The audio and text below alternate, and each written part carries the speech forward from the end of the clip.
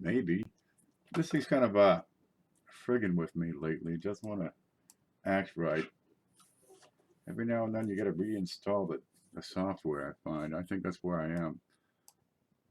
And the computer is just not responsive for some darn reason. Time for a hammer. All right, waiting. It's not waiting. It's right here. Well, I see Joe Miller's here. How are you? Yeah. Stream Health Live. Green. Okay, must be good. Let me make sure this is on pause. There's Dave Bennett. So I got to it's over my brother's house last week. My sister's up in town. She comes up to visit her grandchildren. She's got grandchildren over in Daytona area. So they come over here to visit and stuff. We raise a little hell. You know, nephew brings the grandnephews, the great nephews, his kids. And we get to looking at pennies because that's what kids do. My brother hauls out this big water jug, right? Half full. So we get this. This is just the pennies. There's a bunch of them. I mean, geez, come on. That's one of those shoe boxes. That's about 18 bucks worth in there is what I counted. I got notes for all this stuff. Because I take my brother's change and make sure I give it back to him because I want him to do it again. What do we got? $414.05. Yeah, the pennies. Well, it's kind of accurate on the pennies. Maybe there's a few more, a few less. I don't really care. About 18 bucks. Well, I got a chance right now to go through and look at some pennies. So let's try that out. And I got a scope here. There, so we can see exactly what the sort of thing that I'm looking at because it'll take me a month to go through this big box of stuff. There's SJ. How are you? Ray Chupp. Ray Chupp, I got an email for you, and I'm expecting any moment now to receive flips and boxes. Got my new mailbox installed, but still the package is going to be pretty big that has the boxes and stuff in it. So anytime now, we'll be putting that together for you and shipping it out. There's Just Digging, Christine. There's everybody. So I thought I'd discuss about how I go through, you know, a big pile of pennies. Now, normally what I do is sort these out by year. You know, it takes me a while. I'll spend 5 minutes here, 10 minutes there. I got some spaghetti on the stove boiling up, and I'll sort them by year. So then I got, you know, one bag is just all 1986 or something. And when I get to Wim or when the bag's full, I'll grab that year and go through it. But here, these haven't been searched yet. I figured I'd throw them up and well, we can look at them together and talk about the different things that we can search for when we're searching for pennies. Because a lot of people, they go through the wheats and they only pick out, they go through the penny rolls and all they pick out is the wheats. And that's all well and good, but the money is not in the wheats. You get 3 to 4 cents. It's called 4 cents for every wheat penny. You go through a box, $25, you get maybe 10 or 12 wheat pennies, 40, 50 cents maybe. If I find one dye variety, it's going to blow the doors off those wheats. And now normally in a box like this, I can get, you know, a whole pile of stuff. Let's go back to no, that's the scope. This isn't working for some reason. Okay, but normally a box like this, I'm going to find, you know, bunches of stuff. I did pull some wheats out while I was, you know, sorting out the quarters because I got, you know, the quarters are also, this is some of the quarters. What are these? These are just some of the state quarters. I got through them. Played with the dimes last night. Where's the dimes? There you go. So there's some of the dimes that came out of that barrel. What do we have in there? We had, dimes. $112.10 in dimes. There was about $2.50 in quarters. Where's the nickels? About 35 bucks in nickels and 18 bucks in pennies. So, you know, that's a feast. That'll keep me going for a little while. So I figured I'd do a Q&A while I just look through stuff. And is that a toenail? I don't know how this stuff gets in there. Well, that's a piece of drywall. He just redid part of his house. You know, he took the lights out and put new lights in, so you get drywall in there. I don't know what's that? A piece of plastic? Yeah, whatever ends up in the jug. Joe Miller says, found a die rotation error on a Utah quarter last week, and outstanding. There's stuff out there. Like I say, the wheats, that's small potatoes. The good money is finding the varieties, those die rotations, you know, the clips, off center, Those little double die reverses. Coin Dragon, is he in here yet? No, he might be in. He goes through these things and he finds all kinds of DDRs, right? They're minor. Let's see, scope screen. There we go. He flips them over and you get right in here beside the beside the statue. I got my pointy stick at the ready, and I mean, there's hundreds of these you can find. You can zoom right in and have a look.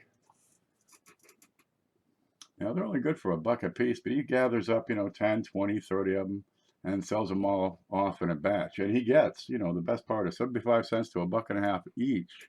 And that's no fooling. Does it all the time. He does it on the Coin Up sales group. And this one looks pretty regular here.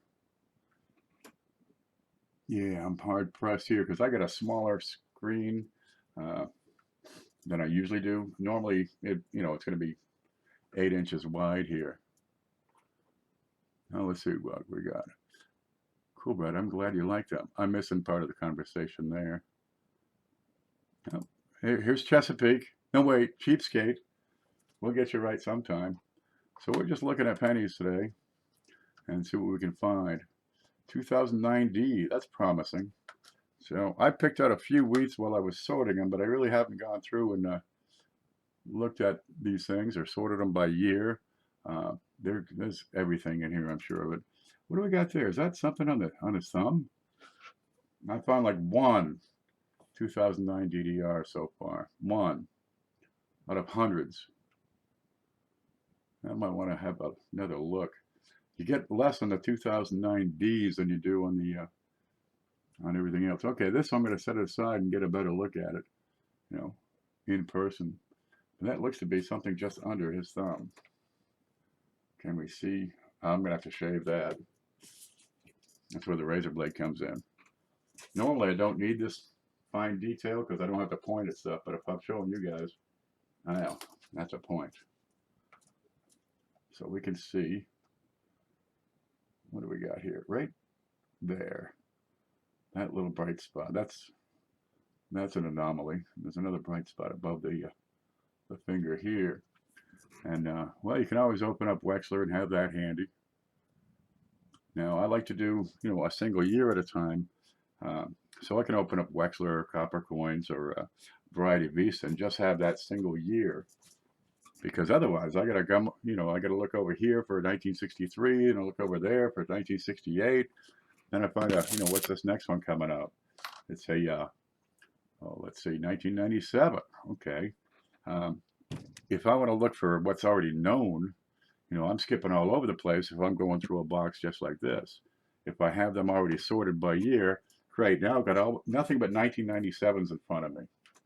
And I can work with that. I can look up, just one page on Wechsler, or three actually, one for the DDR, one for the DDO, one for the RPMs, and I can get a good idea what's going on there. But I like to do it that way. It's more efficient. But I give these things a pretty hard look over, top to bottom, every single thing. And I'm going to zoom this in to something that's going to be a whole lot easier to work with. There you go. It won't be as... What is that doo-doo? Okay, you get the doo-doo. I had a lot of doo-doo on those dimes. Okay, what are we looking for in 1997? Yeah, we'll get to that in a bit. Let's see who's joining us. We got Zeppo here, Young Mugs Coffee Roasters. Always good finding a cool find like that. Steve Garrett's here. Good to see you. JC Will. FJ, of course. Just Digging. Hi Ho Silver. Somebody a new granny? I've been out of the loop. The flu knocked me down. I mean, for days. Okay, I'm going to keep that 2009, set it aside. So I need something to put it in. That's where the cups come in handy. So anything I find I want to give a closer look at, I'll stick in the cup. That's where the 2009 goes in. Anything that's, goners, I'll send in there. And we'll get those off to the bank. I got so much stuff here to roll up. I hope somebody live streamed for like 6 hours because I got to roll all this stuff. I am way too cheap to take it to the Coinstar. Okay, 2001. It's a quiet year, 2001. Whew, that ain't much to look at. But on the moderns, on the, much anything past the mid-90s, is when they went to the single squeeze. So I want to give it a good hard look on the date and Liberty. What is that? Is that some doo-doo? No, that's just a discoloration.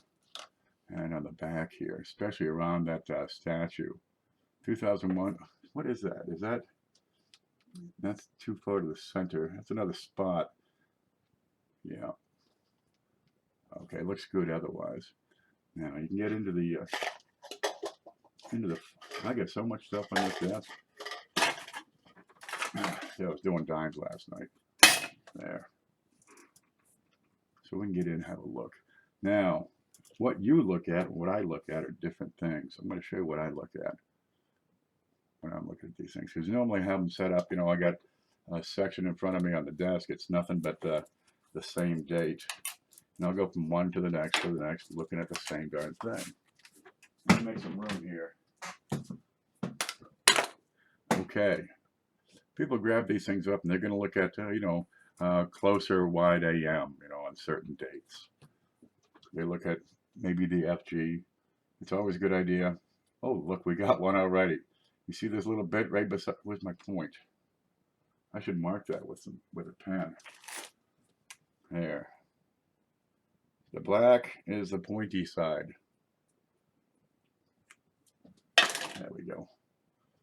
So right here, you'll see this extra bit of metal right beside the statue. That's a doubled column. So this is a DDR 2001. 2001 is good for it. But what I like to look for, give you an idea, I'm looking at the fine points right here at the point of the R. It's a great place to pick it up. Right? If you got doubling, you'll see a shift right there. A lot of times you'll get separation. The S is remarkable for pointing out DDRs. Where are you? Okay, because you got a couple of different angles in there. On the 2 points of the S, right here under the pick. What is that, a lint? Gosh, it's tough because we're working on small scales here. Also the upper hook on that S. That's what I'm looking at. Right? I'm going to look at the corners right down here in the A, this side over here. I'm looking at the dots.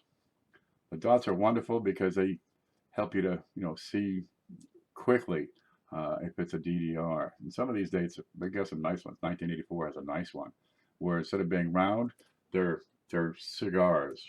They stretch right out. I look at the inside curve of the U. Now, normally it's a nice, clean curve. How can I draw it? I'll have to draw it. There we go. But what happens when you got two curves that overlap? Let me draw two curves that overlap. I can't draw. Let me get something else to draw this with. There you go. I'll give you the, here's a circle. Okay, real pretty. Here's another circle beside it. And then we're going to take another photo with the inside and what that means. Yeah, okay, this might work. Let me get over to home. There's the pennies. And I can put this up. Here's what I'm talking about. You get two circles side by side. Let's say you have the letter O or the number 0 and a date. And normally the curves on the inside are rounded. But when you have a doubling event, you know, the hub has doubled the working die, you have cusps, C-U-S-P-S. I need a blackboard, right? And you end up with points instead of round circles, right? Because you got the two different circles, you know, they kind of overlap. And although this image is simplified, the idea is still sound. You have points instead of good curves. So that's what I'm looking at on the inside of these things. Let's run back over here. Scope and screen. There you go. And on all the curves, especially on the bottom of the U, that's where you can start to pick these things out. Right here. Where's my black spot? Yep.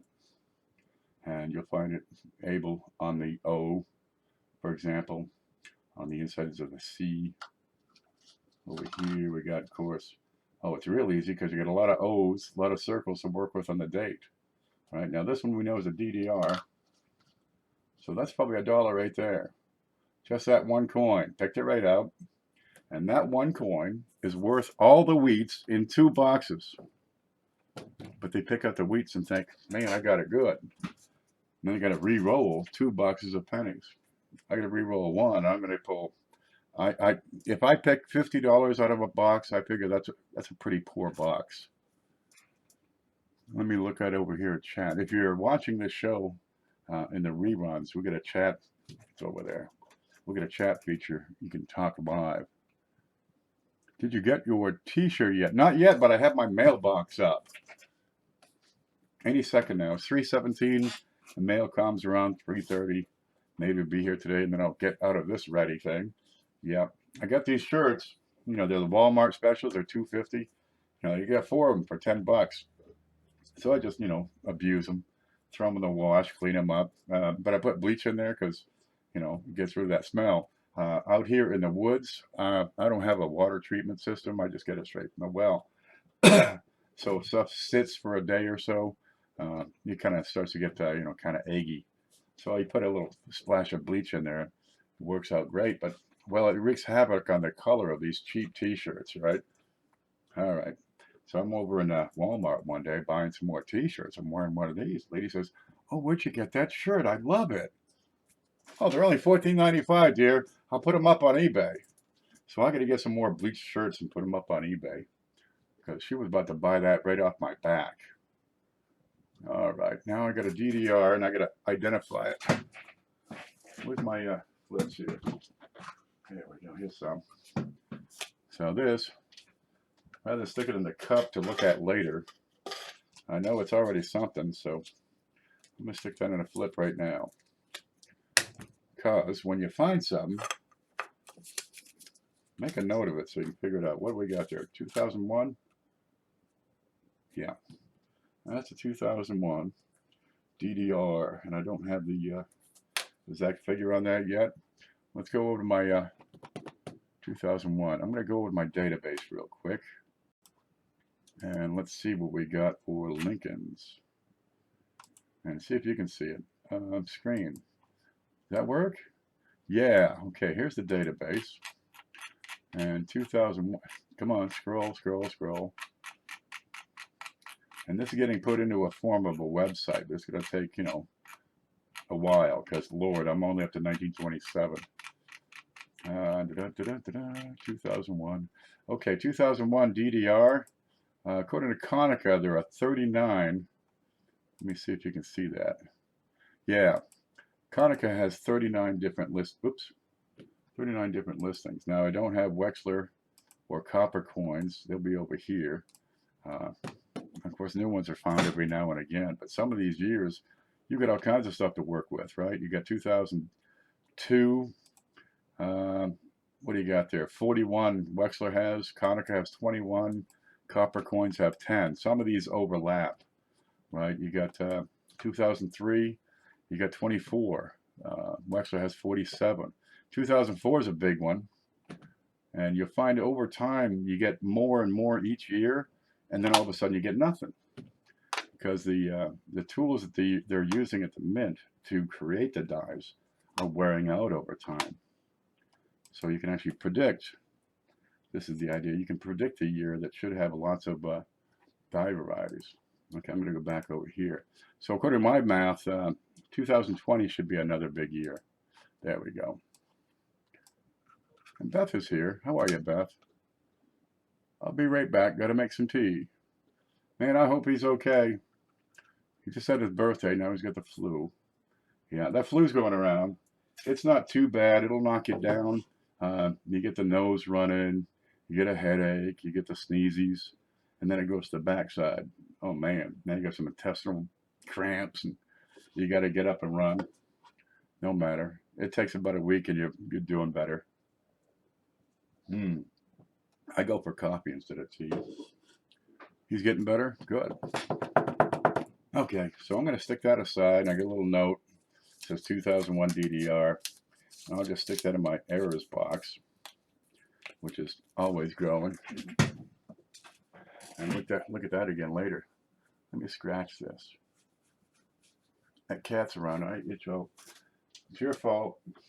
I itch all day. Okay, let's look at another one. What we got here? We got a, oh, look, it's a 2017 P. Great. You see anything so far? We do have a few reported varieties. If you look at RTY, you're going to find, oh, the teens, for example. We get a lot of varieties where the date is doubled. And again, you look at the O, the 0 for cusps. Well, you get the, I can't say walruses either. And you'll find some doubling on RTY. It's the way they make the darn things. But you look at the bottom, right? You look at the bottom of the Y and see if it's straight or is it angled just a bit. That's the level of detail you need. Now, this is a pretty normal looking Y. Now I get in with a loop, so it's looks a lot bigger from my end. CFA has joined us. Oh, wait.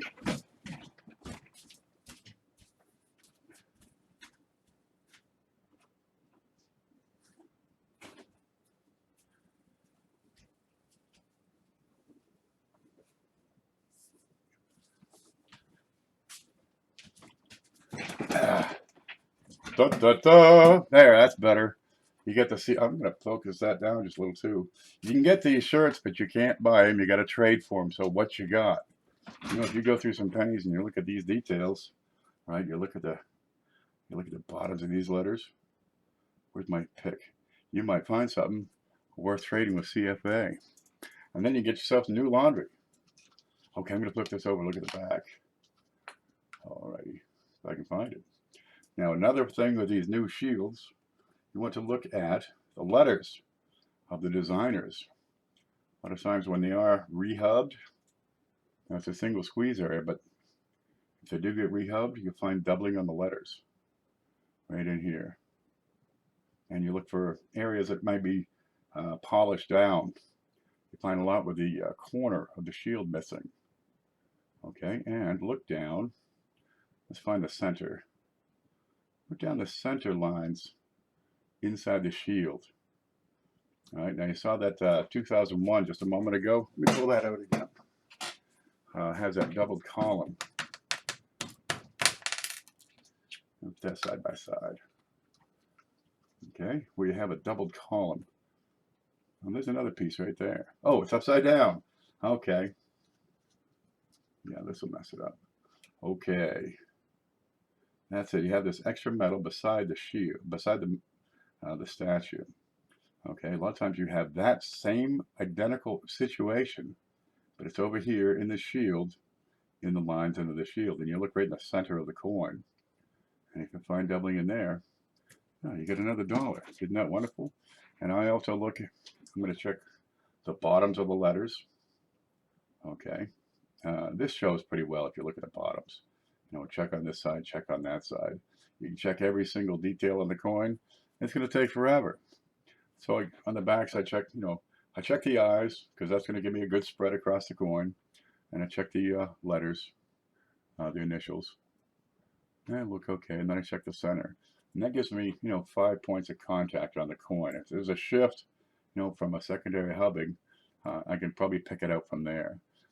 Another good spot to check the tops and bottoms of those S's, the serifs there. Mudspot's joined us. We're just talking. If you got questions, we'd love to hear them. So that one is a good penny. It's not what I'm looking for. Oh, this is that one I found. So put that away. Okay, let's see what's next. It's what is it? It's 2002. Okay, what are we looking for in 2002? Pretty much the same darn thing as before. We want to check the date real hard. You see any points inside the zeros? You give it a hard look. You check the bottoms of the RTY in particularly, and the tops of the Y. Hey Mud, hey Ken, good to see you. I'm searching shields now. There's a lot on these shields. Okay, now while you're here, check that ear, because you got a lot of doubled ears. There's like 7 or 8 doubled ears. They're very, very subtle, and you're pretty much looking at the bottom earlobe. Now there's 2 points you want to see. You want to see if the earlobe itself is shifted. Okay, you want to look on the inside. You know this, the little love flap. You know, you nibble right there. I don't nibble it. That's one of those weird things. Okay, look on that, the whatever they call that, and you also look for extra metal down below. I mean, you look at the thickness of this toothpick, right? You figure separate the earlobe, and it might be under here if you have more metal. But this one looks pretty normal. And while I'm at it, I want to look around for die cracks, die chips, you know, weird goofball things. That's Brad. Now, Brad won something, didn't you, recently? Nibbing on earlobes is fun if they clean their ears. Yeah. Okay, we don't have a whole lot back here to see. Excuse me.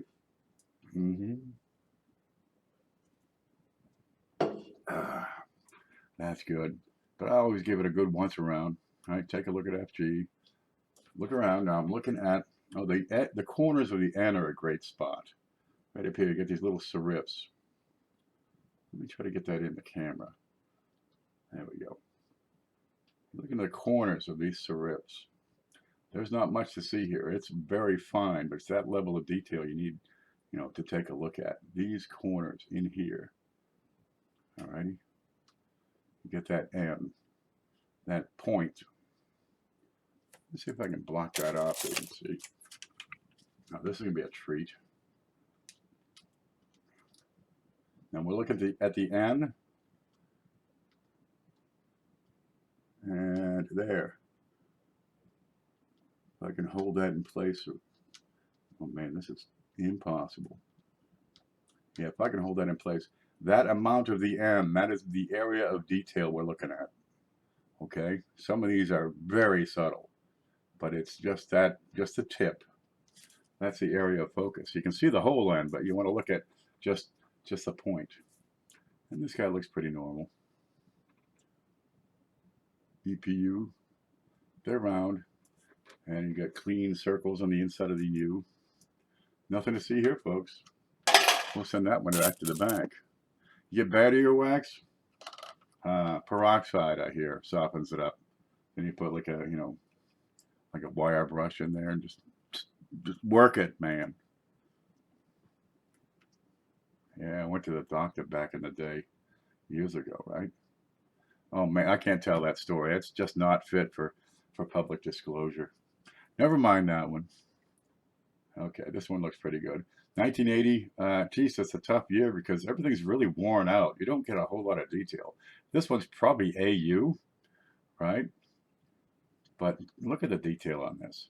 It's so the dies are worn down. What it was is the master dies they were using were just not etched well from the that machine, the pentagraph that takes it from the Galvano to the master die. But 1980, you want to check out IGWT because you get a lot of things in there. This is normal. Yeah, was that a crack in the skull? I can't find my pointy. There you go. That might be a crack. That might be damage. Hard to say. But if it's crack, it's a pretty darn minor one. At Ken P, this Coins for Amateurs says, we have been finding a lot of woody scents from the early 1980s. In your experience, how common are these? They're not particularly common. You can pick them out. But what you're looking at are dark lines, parallel dark lines. It's not really a woody in the classical sense. It's not so much the mix of the copper. Ken Potter says, according to him, because we talked about it pretty in depth, it's the result of overexposure to a dipping solution. And that may well be. I've got another report that says it's a result of over-annealing. Well, okay, but just warming it up in the annealing process wouldn't, put these dark stripes across it. Some call them woodies. We know what you're talking about. Everybody's on the same page. It's just what is the cause, because it doesn't seem to be the result of copper. Anything after 82, 83, of course, is not going to be an alloy. The copper plating, that's not an alloy. That's copper, right? Before that, it's copper and zinc, and before 63 is copper and tin and zinc. And that's really where you get the you know, the classical woodies. I'm not seeing anything on this. PLU, this looks good. I think it's 84 has a really nice one with the EPU. It just fat and stretched out, that thing looks like. And this is generally unremarkable. Now, FG on a lot of these, that's where you can also find some differences. I could barely make that out. Now, if you're using the scope instead of the loop, you can see a lot quickly, and you know, you're not hunched over, which is, you know, good for me. Try giving that just a little wiggle back and forth, and that's going to change the angle of approach of the light going into the camera. So here it is flat, right? I'm going to lift one side, and let's see if we can see that statue a little better. Now, I don't have much. The closer you are, see, I'm way down right now. So I'm way close. If I'm way back, you know, if I'm not zoomed in quite so much, I'll get it way back like that. Let me get the zoom on there. You know, how you work the camera is going to give you different results. Now, if I wiggle this baby back and forth, I wiggle the card, I got a lot more play. I got a lot more well, forgiveness in the focus, because my focus is you know, an area this wide. When I have it zoomed way in, right, it is far less forgiving, but I still, you know, wiggle this thing around, and that sometimes shows me different things, but I can't wiggle it as much as, you know, when it's on the far zoom. What years for brass penny? French brass was 1856, 6, 7, 8, yeah, through 1862. Okay, that was French brass.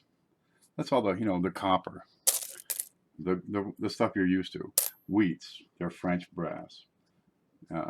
It's 95% copper. I think it's 3% zinc and 2% tin. It's 5% tin and zinc. What's that?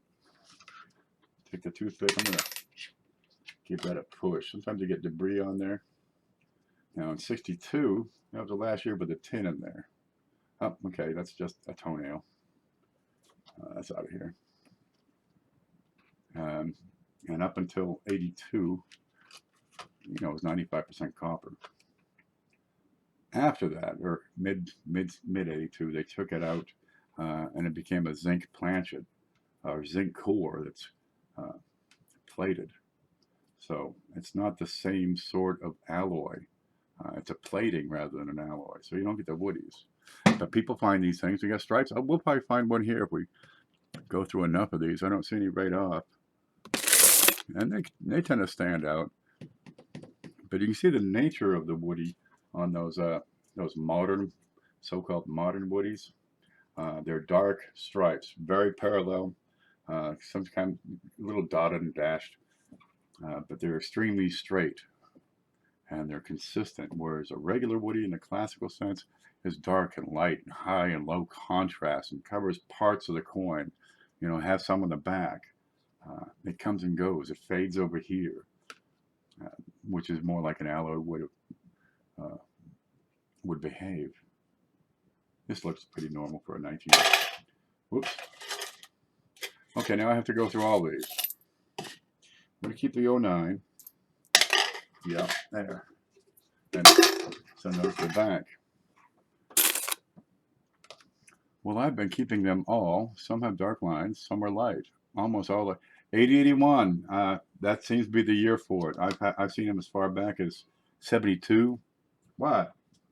But much after 82, you don't see them. It's a different sort of behavior going on there. Maybe it's from annealing. I don't know. I've got lots of different stories. What? You are not coming up here. This is the cat. What do you want? If you get fur on this shirt, I'm going to kill you. This is an important shirt. See? Oh, you're just going to knock everything over. Time to go. Okay, here's your tail. That's it. He wanted to go. True story. But yeah, hold on to them. If in any doubt, always hold on to your pennies. What's it cost you? A penny? I could hold 10,000 of the darn things. It don't cost me barely all that much. Okay, maybe $100. But better to have it and not need it than want it and not have it. Yeah, that's just a darn cat. He showed up. He's fattening up. Poor thing was starving. And he just showed up at the door, saying, hey, you got any food? And I gave him, well, I had no cat food or nothing. Really didn't have much around. So I gave him some grease on a piece of bread. I just cooked up a hamburger earlier. Here's some bread with some grease on it. And well, it's enough to keep him warm. I miss Florida. It got down to, I actually had ice in my truck yesterday. Can you believe that? Okay, look at the back of this. 93. Let's look at the statue here. Well, he's fattening up. I got a sack of that Forever Pals stuff up at the dollar store. Well, I suppose I can bring him in at night. That's it. That's it. I don't love you or nothing. I tolerate him. It's a cat. Yeah, he ain't catching no mice either. Okay, I'm not seeing much on the back of this. The circles are pretty round. This one over here is slightly distended, maybe. So do we want to keep that and give it a better look and compare with what's known? And this is a little bit narrow in between here, but something like this could be easily flattened out from circulation. So I'm going to look at what else is going on in this coin that would account for this letter to be kind of flat. Okay, I got this stuff going on, and we know what this is, right? Everybody, okay, who knows what's going on here with these soft letters on states of? Somebody's got an answer for that. SJ says, nice shirt. Yeah, I had ice in my truck. I moved to Florida, so I would never see ice unless it was in scotch, right? Lemonhead Penny says, grease error. Lemonhead Penny is incorrect. Or Mudswat says, grease. This is not grease. People see this, oh, that's a grease error. It's not. Let's look at the front of this penny. Okay, because you're going to see this a lot. And the difference on the back, on the other side of the coin, is this big fat vest, the big fat jacket of Lincoln. Now, up until what, 88, 90, thereabouts, the profile was pretty big on these. This is not grease. This is not enough metal. This is a weak strike. All the metal in this coin went into the jacket on the obverse, and there just wasn't enough left to fill all of these letters. You'll find this in a lot of wheats. I know I've got some wheats here. Oh, let's see. Oh, I got a pouch of them here somewhere. I just had it. Cat, what you do with them? Okay, you got these on a lot of the wheats. I swear I just had these. Kitty. Oh, there they are. Okay. Here's a bunch of decent wheats. All right, and you get a lot. You get this on other coins as well. It's not just limited to the for the Lincolns, but the Lincolns, you see the same pattern on a lot of coins, where the states of is kind of filled. And let's see, maybe this one. Let's just take a look, and you also get it on the wheats, right? If I can find that, right around 1, right, where you got especially the O, especially around the O, where this area is soft. You don't have as much detail on this area around ON. Okay, that's because the vest is eating up so much metal, it doesn't quite have enough to fill the whole detail of the die. So this part is not grease. And now you know. Let's see what, has Cat been up to no good? Mostly, yeah. He gets in the bed and makes me sneeze. I'm miserable, I tell you. I'm sick with this. He's over here sleeping on a piece of crepe paper. Okay. He found a box. I had a mailbox, had, newspaper in it from some packing from God knows what I picked up. And he was getting into that for a little bit. But I guess he lost interest, and he found this piece of crepe paper that had been wrapped around something else. So he, that's his, I guess, socks. He leaves those alone. Believe it, I do have socks. He has not found my pants, but neither have I, so we're okay with that. Okay, so that's what's going on with the states of. And I don't see anything else remarkable on this coin. 1993D. A lot of the more recent Denver mints, they have pretty good quality control. You don't find many errors and varieties on those. 95 is a good exception. 95, you got similar errors or similar diagonal varieties as you do have on the 95 plain. So you want to check Liberty, In God We Trust. These look pretty pretty unremarkable. And of course, check the ear. Looks straight up and square. But the way they hub this and the way they hub the Philadelphia issues are very similar. Of course, you have the 1995 double dies. So give those a good hard look. So is that a partial, or what they call a partial? That the grease-filled Lemonhead penny, I'm probably 3 or 4 sentences behind you. Is that a partial? That's got to be that last one. Now it's just a weak strike. Oh, let's see, there it is.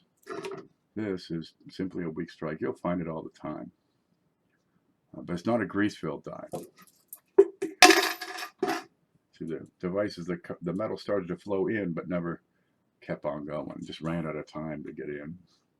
That was it. I mean, they strike these things 10 to a second.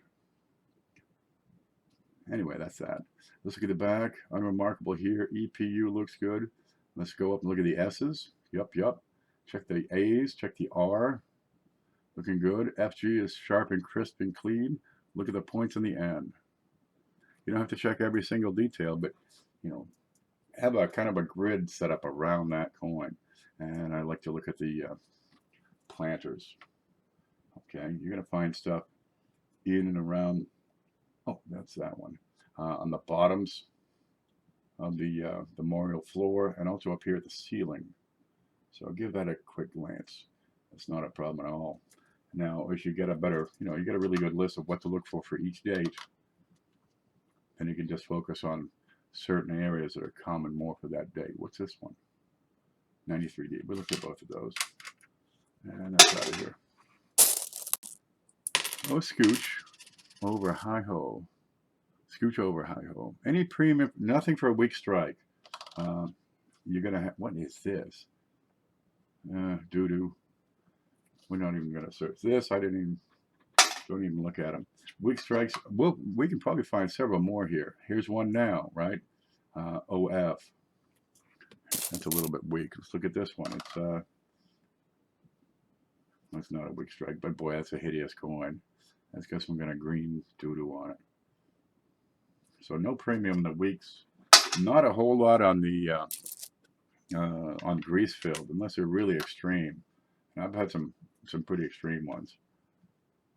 And you're going to find similar action here, but not as much, because on the shields, it's a thinner profile. His vest, Lincoln's jacket, isn't so thick, but you do find some weakness on the same spots. And that looks pretty normal here. Let's see. Let's see if we can find another one. Because you go through, a couple of hundred weeks, you'll find more weak strikes. That's nothing there. How about that one? There you go. There's another one just like that. It's a weak strike because the metal hasn't flowed in it. It got taken up by the big fat jacket on the other side. All right. But we have a weak spot here. Right above it. Well, we can pretty much figure that, yeah, this down here, this is also a result of this weakness. It's not because, it was made wrong. It's just the design where you have this big fat chunk of metal here. You get these big heads. That's how that works. But keep them. If you don't know, hold on to it. Because eventually you'll figure something out and say, okay, these I can get rid of these, or hey, I'm glad I saved this because now it's $5. But when in doubt, hold on to it. I mean, if you had an extra 1,000 coins lying around, you spend more than that on a hamburger nowadays, right?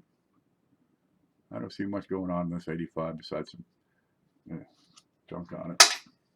When they're all junky like that, just send them, because even a decent double die isn't going to be bringing much when it's coated with that sort of vomit.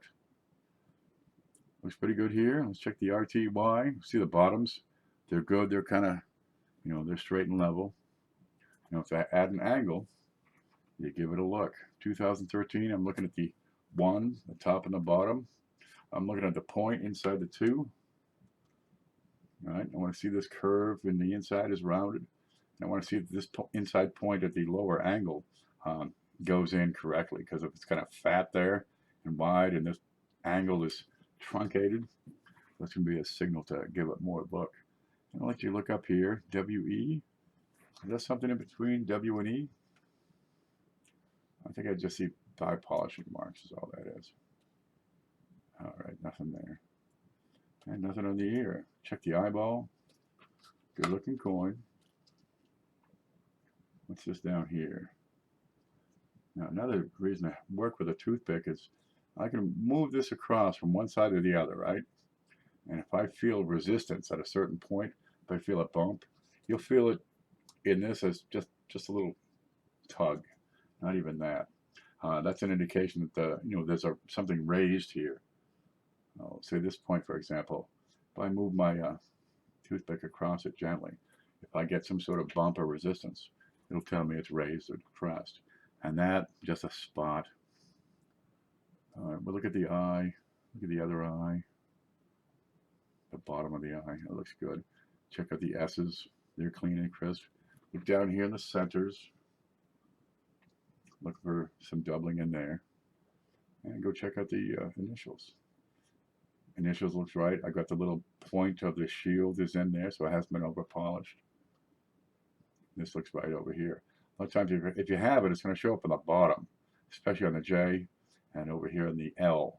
It'll look like a fat bottom. But I like naked. Joe says, underneath all these clothes, I'm naked. Okay, man. This is a family channel. Maybe I over-explain stuff. All right.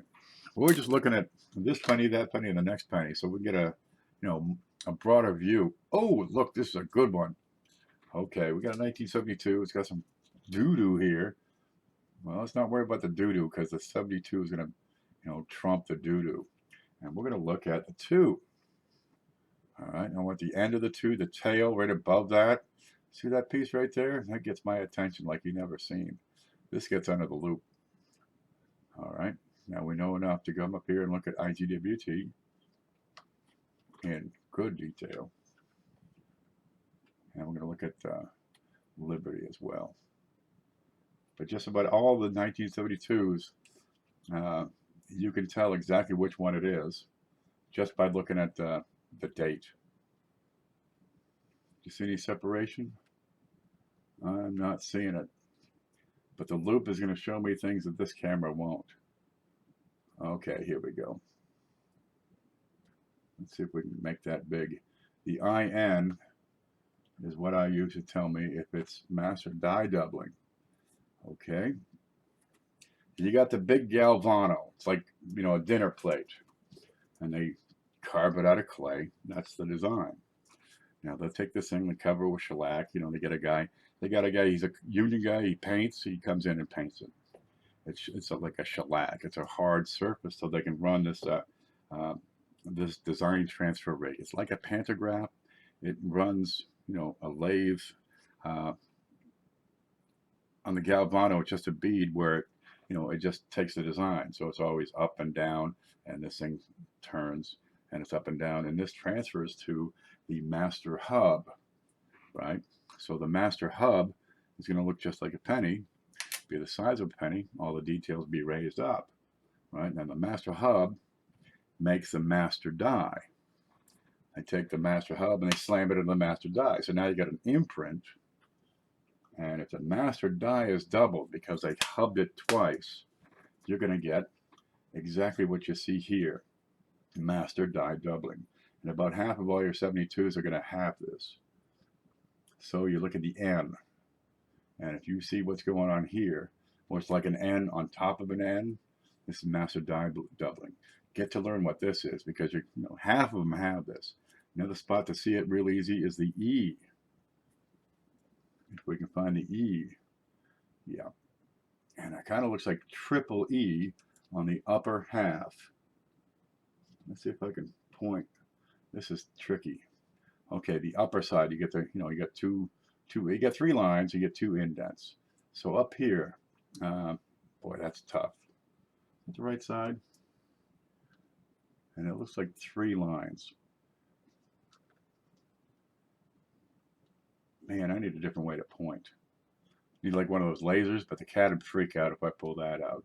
And you can just barely see it on the inside of the top part of the E, right?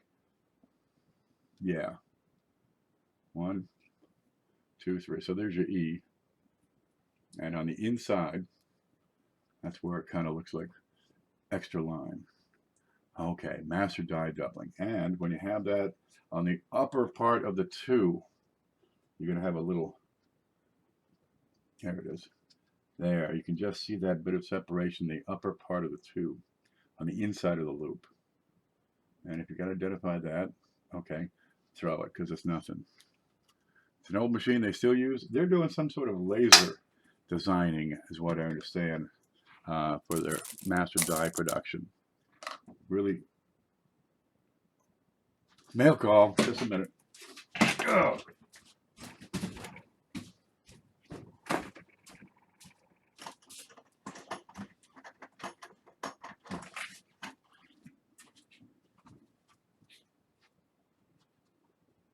Bye-bye, kitty.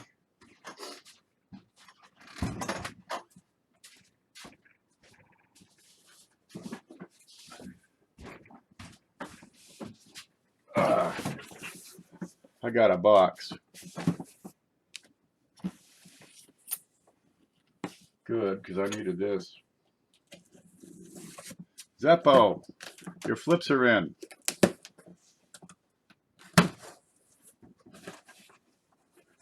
Okay, we got some fuel. We got some packing material. Well, this is not right. We got red boxes. Huh?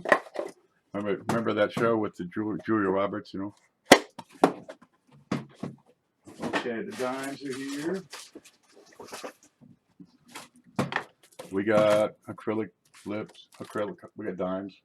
Isn't that great? Yeah, the pennies won't fit though. Somebody Phil needed dimes. See, I sell these and then I keep the boxes. Because, man, I need more boxes, huh? Okay, yeah, and I got a pile of flips in there. Good. And somebody else, I think it was Ray Chupp, needed some. They'll be going out, well, not today because the mail has come, but tomorrow the mail will go. So we'll have more stuff for you. Yay. Good, good. I need, man, I'm about, when I get to like 500 flips, that's when everybody orders. I'll take 200. I'll take 200. I'll take 100. One guy needs 300. Okay. Nope, it'll be a week. We'll have them for you. Okay, guess the date based on just the details you see. You can actually do this if you're really good. You go through enough pennies and you can say, oh, that's easy. That's about a, you know, I can't tell you because I just looked. That's about a 2015. Okay, let's look at the date. Nothing. Let's look at RTY. Nothing. Look at the year. I'm going to pick that up with put a Q-tip or something there. All right, let's look at the back. Lines are clean. See any doubling? Nope. Check out the letters. Yeah, what the hell on this side? Pretty on the other side. The letters look pretty even. I, S, and what's the I?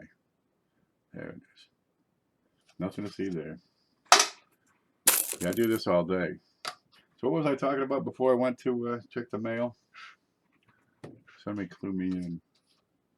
Okay, what do we got here? 1988. Okay, we got a couple of double dice to look at on this one. Check the date. In particular, the lower parts of the H. You want to see some distension in, nope, that direction. Down here in the lower parts of the rounds. And you're looking at the wrong side. And also look at the tail of the 9. And you want to see a big fat tail with kind of a square end. And so this is actually a normal one, unfortunately. Oh, but the laser minting the coins thing. So I guess they're, you know, they're coming into the next century, the mint, with the way they're making their master hubs. They're still using the master hub to make the master die. And the master die makes the working hub. Working hub makes a working die. The working die slams into the pennies. But I guess they're using a laser on some of these things. And you'll see it, I think with the platinum proofs in particular, they are sharp. I mean, you don't get none of this weak detail stuff. They are sharp as a tack. Okay, what do we have here? Have we got a line going through the W? Now, it's harder to see on the screen than it is with a loop. A loop, you don't miss it. Here, you got to pick up the subtleties that kind of show this might be something. Okay, we want to look at above the left of the W, a bit of a disturbance in the force here, and below the W, I think I'm looking at something that could be a die crack. Now they got them skull cracks, you know, the spiked skulls. Yeah, get them onto cuts on coins. So I'm going to put that in the have a look at it later box, because I want to get something. What is that? Is that a toenail? Oh God, it's a. Oh. Yeah, it's my brother's hair. Okay, 2011, a good year for him. I want to look real hard at the O, at the 0. Right? Remember how I said you get that cusp where it's not a circle, it's a point? This looks pretty off. I seem to have a bit of a greater thickness in this direction, focusing at 11 o'clock and 5 o'clock. So my pointy side, yep, and inside the 2, inside the angle, the thickness there is wider than it should be. Let me see if I can find a 2011 for comparison. Here's a 2012. Let me put that right on top.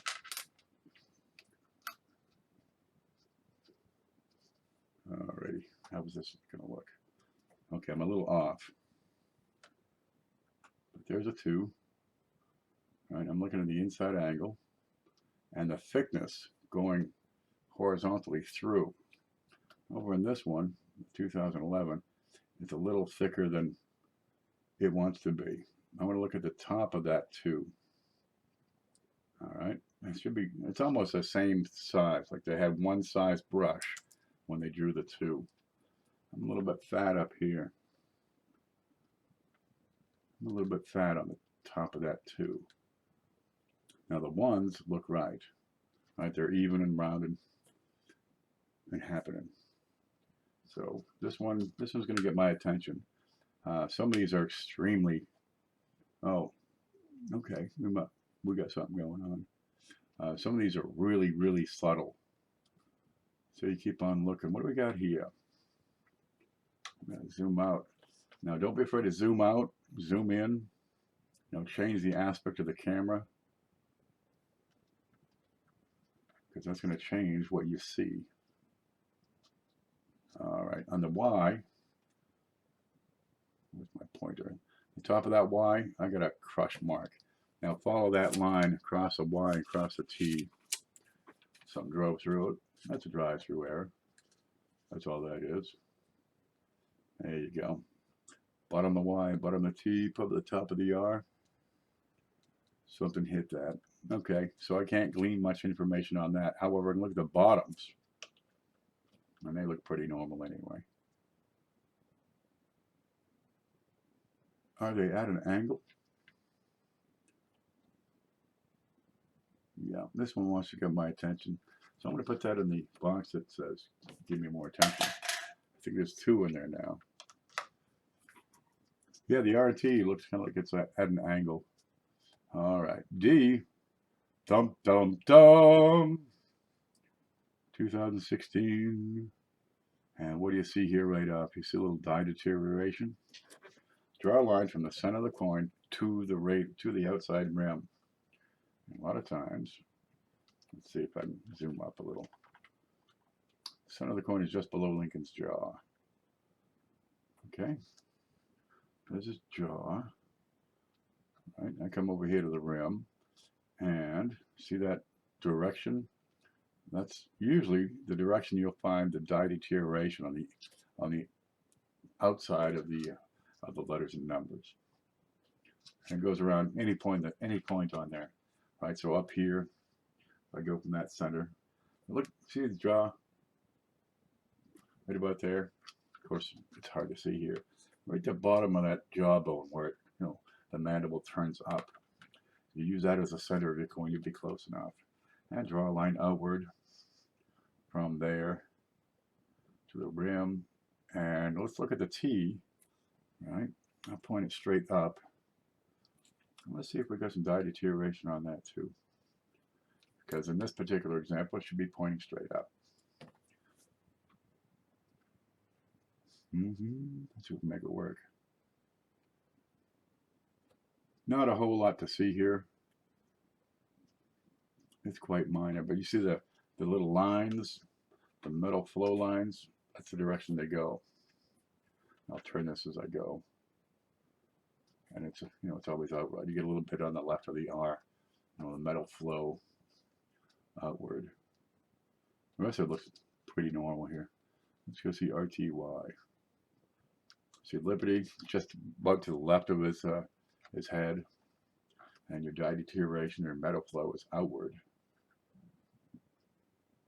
This looks pretty normal. I'm so excited. I found this is Lincoln Central, James Owens. It's found a 1954 S over D.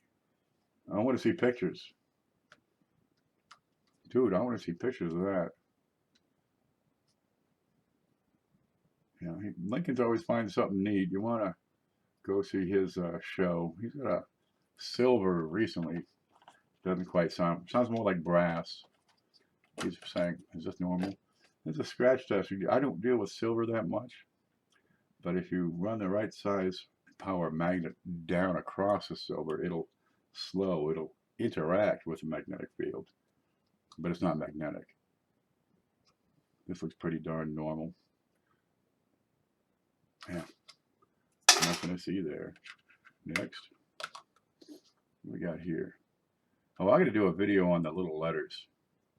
My sister was saying, what are all those little letters? Like S, BGB, USA, FG, M, O. I mean, you get so many little letters on these things. Yeah, we'll have a coin 101 with all the little letters. This look normal? Yep. Check his ear. Check his eyeball. RTY. Good, even. Flat bottoms. Mobile coins is showing up. That's a name I haven't seen before. What we're doing today is just looking at pennies because I have some time and I have some pennies. So why not? All right, I guess I'm going on the C. I'm going to drag this across here and see if I got any interference. And that's pretty normal. So that's probably just a spot. You get spots. They rinse the darn things off and they leave spots everywhere. They've been doing that since the mid-90s. There you go, you got spots. If you got a spot and you drag a toothpick across it lightly, if you get a bump, then it's not a spot. And it's more likely a die chip or a gouge or, maybe somebody hit it with a hammer. So we're looking at things that can be looked at. For example, the letters on the reverse. We're looking for double dies, right? If you have them on the reverse, a lot of times you'll see LB will be, well, doubled. You kind of have it here, but follow the direction from the center, and I'm pointing it around outward, so that's more likely die deterioration there. And you get a lot. They're making 5 billion of these, something like that. So you're going to see a lot of die deterioration because you figure only half the coins are made with fresh dies. The other half were done with, dies been used. And I got nothing on the eyes. Check the S. And we're looking at the points. We're looking at the very fine points here on that S, on the end of those serifs. That's where I want to see separation. That's when I want to see, you know, one piece and another one just shifted off. So that was nothing. I was thinking about doing a video on MM, RPM, OMM. Go get on it. The more information we get out there, the more people learn. Everybody has their own different ways of learning, right? Some people learn by reading, some by watching TV, some by getting their hands into the pennies here and looking. Everybody has their own different ways. So there's no one answer that's best when you're teaching. You got to do all of it. And it's not just who either, because you need 10 different people to explain the same darn thing. And one of those might click with whoever's watching, right? So you want to do something about mint marks, RPMs, OMMs, by God, get on it, because the way you could explain it is going to be different from the way I would explain it. And that's going to be different from the way somebody else would explain it. But you put them all together and you get the whole show. So if you want to get out there and do some videos, oh, I'll support you. I'll come over and take a look. Matter of fact, let's find, oh, it's not up here. I got somewhere in the link, I think. Let me see if that's in the links. Let's see. Spreadsheets, core class. I don't see it. Yeah, in the links, you're going to find the video and live stream directory. It's down here below, right? And you scroll down. It should be down there somewhere. You scroll down, you'll find the link to the live stream and videos. And there's everybody's videos. And JC Will, if you're not in there, let me know. Because when you get some videos, if you don't have any now, I'll put you on there. And I don't know how many hits it gets, but a lot of times I go over to check on something and, you know, there'll be 2 or 3 people also online at the same time. I don't know if you can see it, but I can see it. Of course, I created the darn thing, so it gives me an advantage. So I'm going to go back to, let's see, screen. I think this is what you're seeing. I'll go back up to here. This is just a circulated old penny. Nothing outstanding to it. Everything's normal. Just look at the back. But how you learn is different from how I learn. What do you see here? You see anything wrong here? Let me know. If you see it, you let me know. Doesn't need to or doesn't want to write any more books. I gotta write a book. Mobile says, I'm starting a Lincoln Wheat Cent orphanage. Every wheat deserves a home. By God. Okay, 1970D, right? 1969D. They had a habit of over polishing their dies. As a result, you have what's called no FG. You also have a floating roof. This is a 1970D. It's got a roof. See, right up here on the cornices, you've got that bit, that little line right there. But if you over polish these, that little line kind of gets smoothed over. Okay, that's no problem at all. But also the FG tends to get washed right off. They polish and polish. Hey, the pennies look good, but you got no FG. Now here you got just a trace. It's just a trace. It's kind of there, but that doesn't look like, oh, the next one here. That doesn't look like this one. That's what aren't you? Okay, maybe it does look like that one. What's the date on this one? But FG tends to take a beating sometimes. Now, PCGS, they started to certify 1969D with no FG. And that's all well and good, but after like 1,000 of them got sent in, people, these are pretty common. Why are we slabbing these darn things? So they stopped slabbing them. You can still send them in, but they're not going to list it as, no FG. So now you got all these PCGS coins out there. They're all slabbed, they're all certified. That says no FG. Those have a premium, not because the coin is special, but because the slab is special. They don't do it anymore. So there's a neat one. Go figure that out. But they stopped doing it. Well, keep them. If you need, keep them. Who knows? I'll put that in the keeper bucket.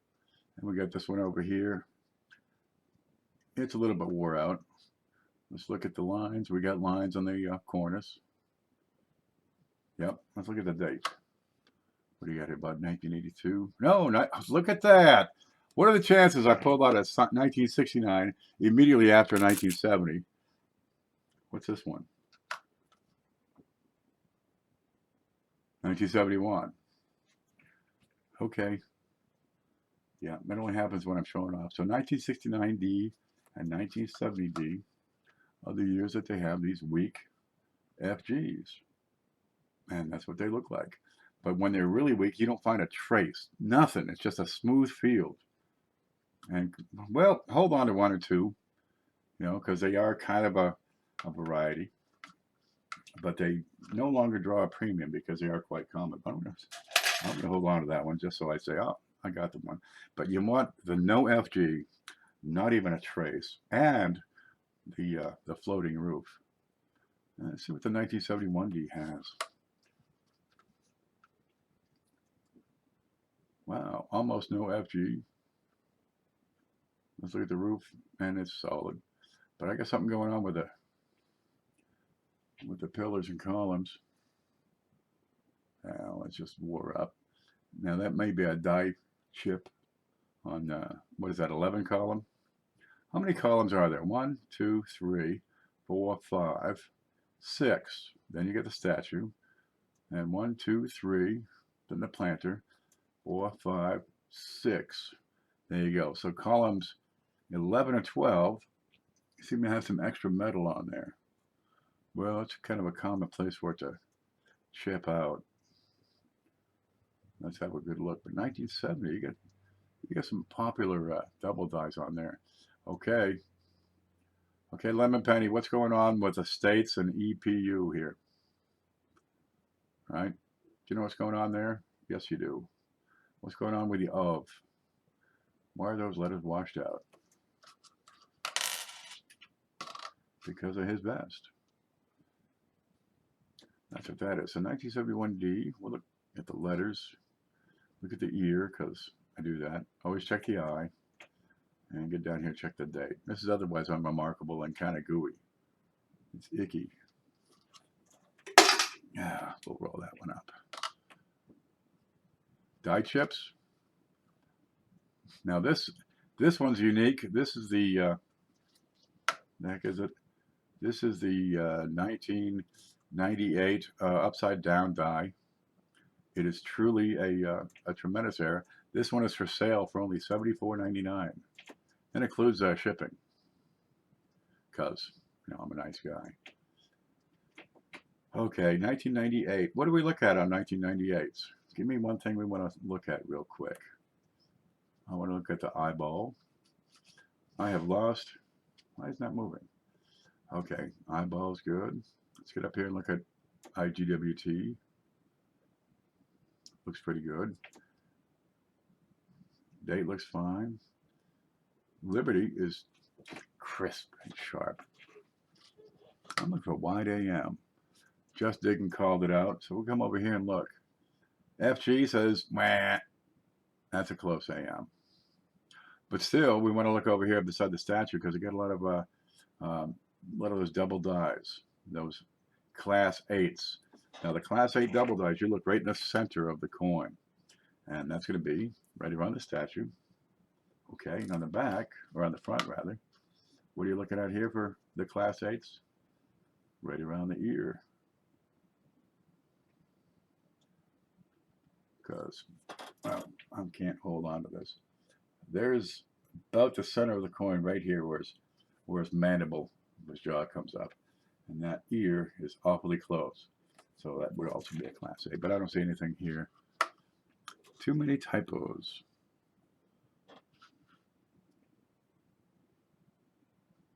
And this coin's otherwise unremarkable. Let's give it a quick glance over. Look at the points on the T. Look at the FG. Good sharp. Point on the R. Look at the S. EPU. Done. Nothing to see here. Now, I recommend you collect one of everything. Not so much for the collection value, but just for the reference value. Because, you know, you want to see what a 2014 looks like normally. Chances are, if you pull 100 2014s out of the bucket, 99 of them are going to be normal. So get yourself a reference set. Okay, I got this with the quarters. And they don't have to be perfect. They don't have to all be choice BU. Better grade is nice. But even if they're, run-of-the-mill circulated stuff, you've got a good solid reference. So that when you do have an anomaly, you say, does this look like the regular one that I have? Right? You could compare it side by side and you have a reference piece. So when you get two of them, and one of them's got a big fat O and a lightning inside the 4, and the other one doesn't, you say one of these is a variety. Okay, this one's look pretty unremarkable. RTY, nice and lean, even on the bottoms. Ears good, eyes good, nothing on we. 2014's got some really strong DDRs. This is why I check the bottoms of the letters, because some of these, it's like 3 times thicker than it should be. Look at the eye. All right, the bottoms of the letters, because they have the foot. It's like a foot. It comes out, and it's rounded nice and even on the bottom. And they're all consistent all the way across. And they're pretty consistent between the tops and the bottoms of the letters, one side to the other, and on one date to the next. So learn the shape, and you can pick them right out. This looks pretty normal. Let's look at the middle here. Nothing there to see. Look at the letters. JFM and LB. Pound. Nothing there. But that's a decent coin. Now, let's look at the next part. People pull out the wheats when they look at these things. Let's put that one back in here. Okay, and they say, oh boy, I got 20 wheats out of that box. Well, you do the math, it's 4 cents a piece. You got 80 cents. Cost me 30 cents just for the wrappers to rewrap that roll. Oh, but I went to the bank, I got some more wrappers today. Okay, now a lot of times what they're not pulling out are the BU specimens. And for this, I'm going to need to go to this other camera. Okay. Now the recent ones, 2014, 15, 17, you figure they're going to be uncirculated. 2010, 2000, yeah, okay. Once you get into the copper, 1990, 1980, it starts to get really hard to find these uncirculated specimens. Let's go home. So how do you check that these are surely brilliant uncirculated? So you give them some tests. One, you look at the darn thing and say, is it worn? Yes or no? I'll use this one because I dropped that other one. I'm not really set up for this one. Okay. That's a cruddy example. The one I had go. So you want to check it, and there's different tests that work pretty well. Okay, I've got one over here on the left. That's the 2014 I was looking at. Here's a 2012. Okay, is it uncirculated or isn't it? If you can't see the wear, try blotting out the sun. Here, I will block out the sun if you do not worship me. Now, indirect light will give you a different reflection off the coin. And on the coin itself, if it's been minted and not abraded, that reflection is going to have a different different characteristics than if it has been lightly brushed with a finger or a pocket, for example. You're going to get a different reflection. And under indirect light, when you look at it with your naked eye, it's going to look gray. Okay? So if it's uncirculated, you don't have any gray spots. And you're going to get them in the regular spots you always see. Top of the ear, cheek, jawline, shoulder, and vest. So if you want to check, is it BU or not, kill the light. There you go. See the nice bright cartwheel show up? Mobile says, we can do that. Take down my number, Larry. I'm going to show that because it looks pretty harmless. Ken Peavey is a sponge full of knowledge. Okay, now, getting back to these. Those BUs, truly BU, they show no wear. They have next to nothing for marks. but they pass all the tests, right? You kill the light and they don't have any gray spots. Yeah, okay, now you got a BU coin. And before the 80s, you're talking 5, 6, 7, 10 cents a piece. You throw in an S mint mark, 15, 20 cents. And that's no fooling. 1959, uncirculated, brilliant. And we're talking, yeah, no gray spots, no trace of wear. Truly BU, not AUBU. It looks real good. We'll call it BU. No. Then you're talking, 50, 75 cents. That's worth all the wheats from 2 boxes to 1 penny. And people are missing these. Now this one here, let's see if we can get an idea of what the light does. Let me put on something I can raise. That might be a good example. Let me try this one. Get out the way. There. Okay, try changing the angle the light gets it. Here you go. See the bottom of the shield? Is that showing it well? Maybe.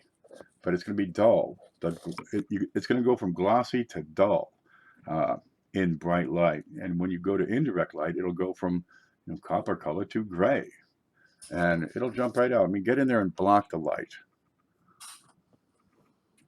I get so many different, I get light up, I got 3 different sources of light going on here. Blocking it's going to be tough. Well, that just totally is useless. Let's go over here and try it. Because I might have a chance. I got a switch I can use. Where is it? Let's go over here. Screen and me. Nope. Scope. There we go. Okay, looks pretty, but let's kill the light and see what that does. See the difference in color and tone and reflection? I still got a light here, a light up there, and one behind me. So let me try blocking that out. There you go. See the T? Ooh, perfect. Right there. Have a look at the T. I mean, it looks normal, but if I change the light, I get a dark spot. I haven't changed the coin. I just changed the way the light bounces off that coin, and I get a dark spot. Now look at the spot right in here. Okay. If I change the light, it's a dark spot. And this coin does not pass the test for uncirculated. It looks real good. It's mostly uncirculated. Let's follow that. The horizontal-ish bar below EPU, because that's going to be one of the high points on that coin. If I change the light, I get a dark spot in the center of that. And that's what you're talking about. This one is not BU. It's an awfully nice AU, right? Don't walk into the light. Now here you're going to see it on his cheek. Look at his shoulder, vest around the tie. I change the light, and I'm going to get darkness. Darkness is all around us. No, I'm not. Okay, right there on the shoulder. That's a good spot. Look at this spot on the shoulder. Now it's a common high spot. If I take away the light, I get a dark spot. And it's that change in the light, the way the light bounces off the coin, that says, nope, not good enough. Oh, look for errors while I'm here. 2016. Let's look at these. Because let no coin go uninspected. And JFM looks normal. I'll get the little corner on the shield. Yep, LB looks normal. Got no lines extra in the center. All right, check the eyes. S's. Okay, normal. Check the eye. That's out of here. This is how I look at pennies. Am I just too uptight? Or am I making sense? 2005. See any cusps inside the zeros? Look at the date. RTY looks good. Ear looks good. Looks like Abe. GWT is fine. Let's look at the back. All right, 2004, 5, and 6 are the 3 easiest years to find something on the reverse. And you're looking beside the statue. And we get nothing on this one. And we can bounce that around just a little too. All right, nothing here. O looks normal. Tips of the E's, N's, FG. Oh, looks good. That little tail of the R. I'm going to look at the top and the bottom, the roof and the floor and the memorial. EPU, good round dots. And check that out. It says nothing to see here. I'm clumsy enough. I'll walk right into lights, chairs, and the occasional car. I'll walk into walls at home, right? I go to the door to let the cat out. I grab the handle, I twist it, but I don't twist it enough. I just slam into the door. I break glasses, right? Bang up my nose. I'm bleeding everywhere. It's not lack of coordination. It's a tumor. I swear it is. Okay, 1982. There you go. You got some double dies that are going to show on the date and also on Liberty. Now, Liberty, you're looking for a fat, and we're talking a big, fat eye. You'll see what I'm saying in a second here. Okay, usually they're pretty darn broad, but you want to see almost no space between the I and the B. I mean, we're talking a fat, fatty 2x4 in that E. And also give it a good look at an In God We Trust. But you do get some separation lines on these. But the big giveaway is going to be the I in Liberty. And it's going to almost be like a wedge. Almost like one side's wider at the top than the bottom. I thought that's what it meant for a long time. I thought that was better. I'm somewhere in it. I'm just coming into a conversation. That's me. 420 says, that's me. Shield's done. Gonna mooch through all the 82s. Yep, this one is a large date. Okay, where are we? Large date and small date. I see people, scoping out the large date and small date because I want to find, the 82 small date, the copper. Because, dude, if you can do that, you got a brand new truck. We're talking like the Z28 kind of thing with a 6.2 liter diesel and the power windows and doors and air conditioners and sunroof and moonroof. Throw a mattress in the back and say, baby, let's go park. Okay. If you find one, yeah, you're going to make some money.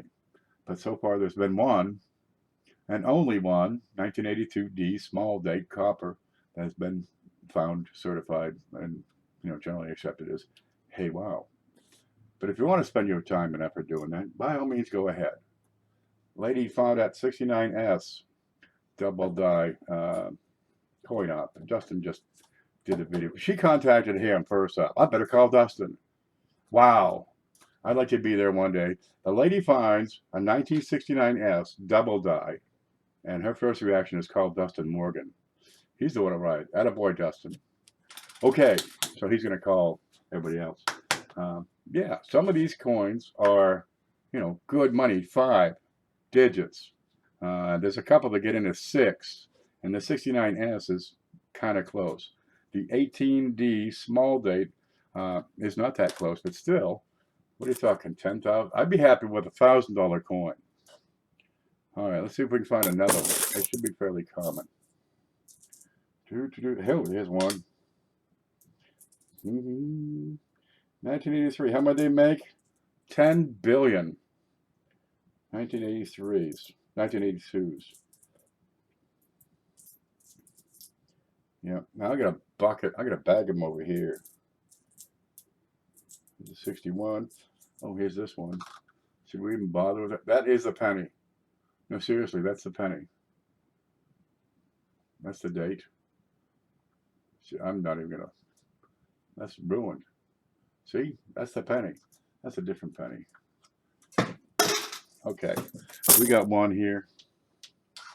I don't know if it's large or small, but Chris Rhodes has some videos. There's another large date. All right. That's a 1982 large date. Over here, it's another 1982 large date. Large is this one. See the 2? It's just an upper curve and a straight line. On the small date, it's an upper curve and then a lower curve. Okay, and the size of the 8 is different. But over here, when you get to Liberty, you're fairly strong and solid and crisp and sharp on the large date. On the small date, it's a bit blurry. Oh, 92 close AM. Who got one of those? Glenn. No. George. We had a fellow, and he's probably around these groups someplace. He's on later at night. He bought a close AM. Few $1,000, $5,000. Yeah, they're nice. But anyway, get on with these 82s. If you want to look for the powerhouse, yeah, go right ahead. But they get into weighing them, and measuring them, and holding up to the mirror and seeing if they make you look fat. I don't put a whole lot of time into scoping out just the 82s. Find out the difference between large and small, figure it out, learn it, and it's easy enough to remember later on. What we got on the back? Nothing here. Not a whole lot of detail either. Let's give it a good hard look over here in 1 cent. Oh, I think it's 83 has the big DDR. What are we looking there? All right. Really poor quality on these. FG barely there. But really weak die designs and detail here. All right. That was junk.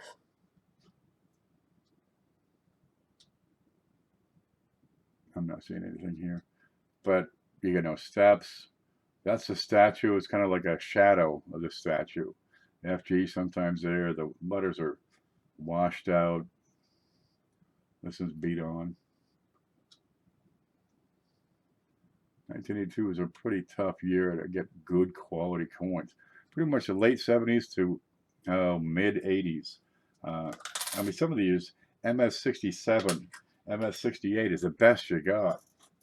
Those are nothing. Well, that's the way they did it back then. It was austere. We just got through the double-digit inflation of the 70s. Thanks, Democrats and Jimmy Carter. Did I just say politics on my channel? I apologize, especially to all you snowflake, give me love Democrats who want to talk about feelings. Can we just push into the ocean? Well, that pretty much nails down my political affiliation. There's nothing here. Oops. Damn peanut farmer. Jimmy Carter was much better after his presidency, really. He's really picked up a whole lot of respect from me for his humanitarian efforts after his failed administration. He really is a good guy. But I think his policies weren't quite right, especially for the time. But what you're going to do? But he's a really good guy. He's done more for the world than anybody else in the past 40 years. But he's had a long post-presidency. But he didn't spend any of it complaining about the next president. You know, why bitch when you can just go and try to make the world a better place in your own way?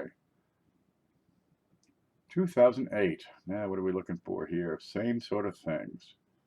But we get a memorial reversal. We want to give a good hard look at that statue. No politics. Yeah, make the world a better place. I think it's a fairly noble goal. Here I am bitching. Do we have something beside that? Maybe a little bit of a piece of extra metal on the right side beside his shoulder. That was an ugly spot. I'll give that a look. We'll put that in the look-see bucket. Yeah, he's an old guy. He's out there building houses. What do they call that? The homes for Habitat for Humanity. They got stores out there, the Habitat for Humanity, where they do some work or people donate stuff. They're renovating their own house, and they've got cabinets, furniture, fixtures, bathtubs, sinks, lights, and they just about give it away for nothing. But they make the money from selling that stuff, and that's what they use to build the houses. So I mean, you need a new hutch or sink for the bathroom. You can get one for $10, $20, and they're in great shape. People donate it and they just sell it off. It's a reuse center, and you end up helping somebody who wouldn't have a house on their own. Because man, rent sucks. You're paying, paying, paying. You're never done paying. I've got out of the rent business.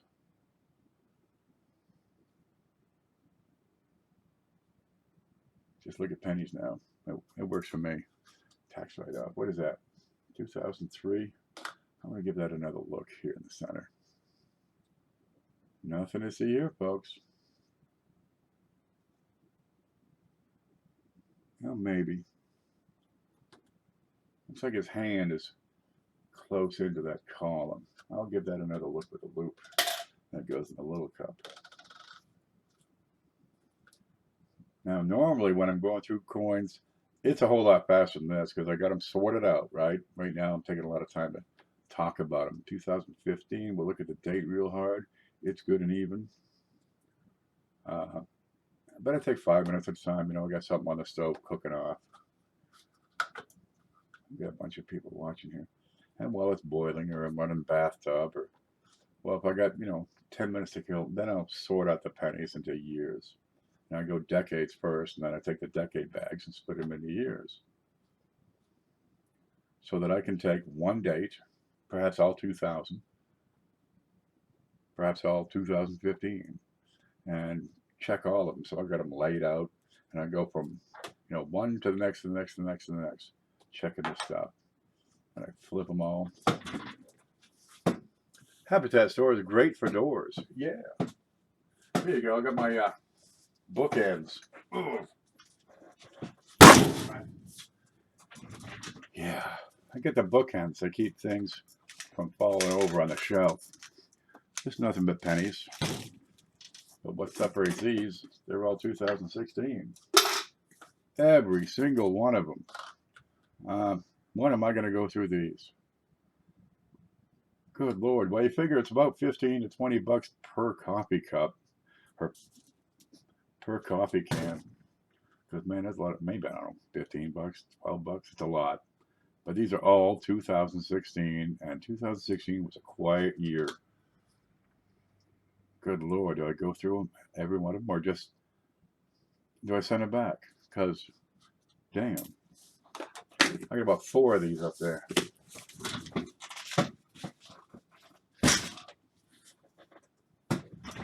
I'm much more interested in the earlier dates, 60s and 70s. The 70s doesn't have much. 2014, nothing going on here. And when you learn each date and what you're looking for, they become a breeze. Now I'm going to take just a moment here and run to the restroom because I'm getting anxious. I'll be back in a moment. Excuse me.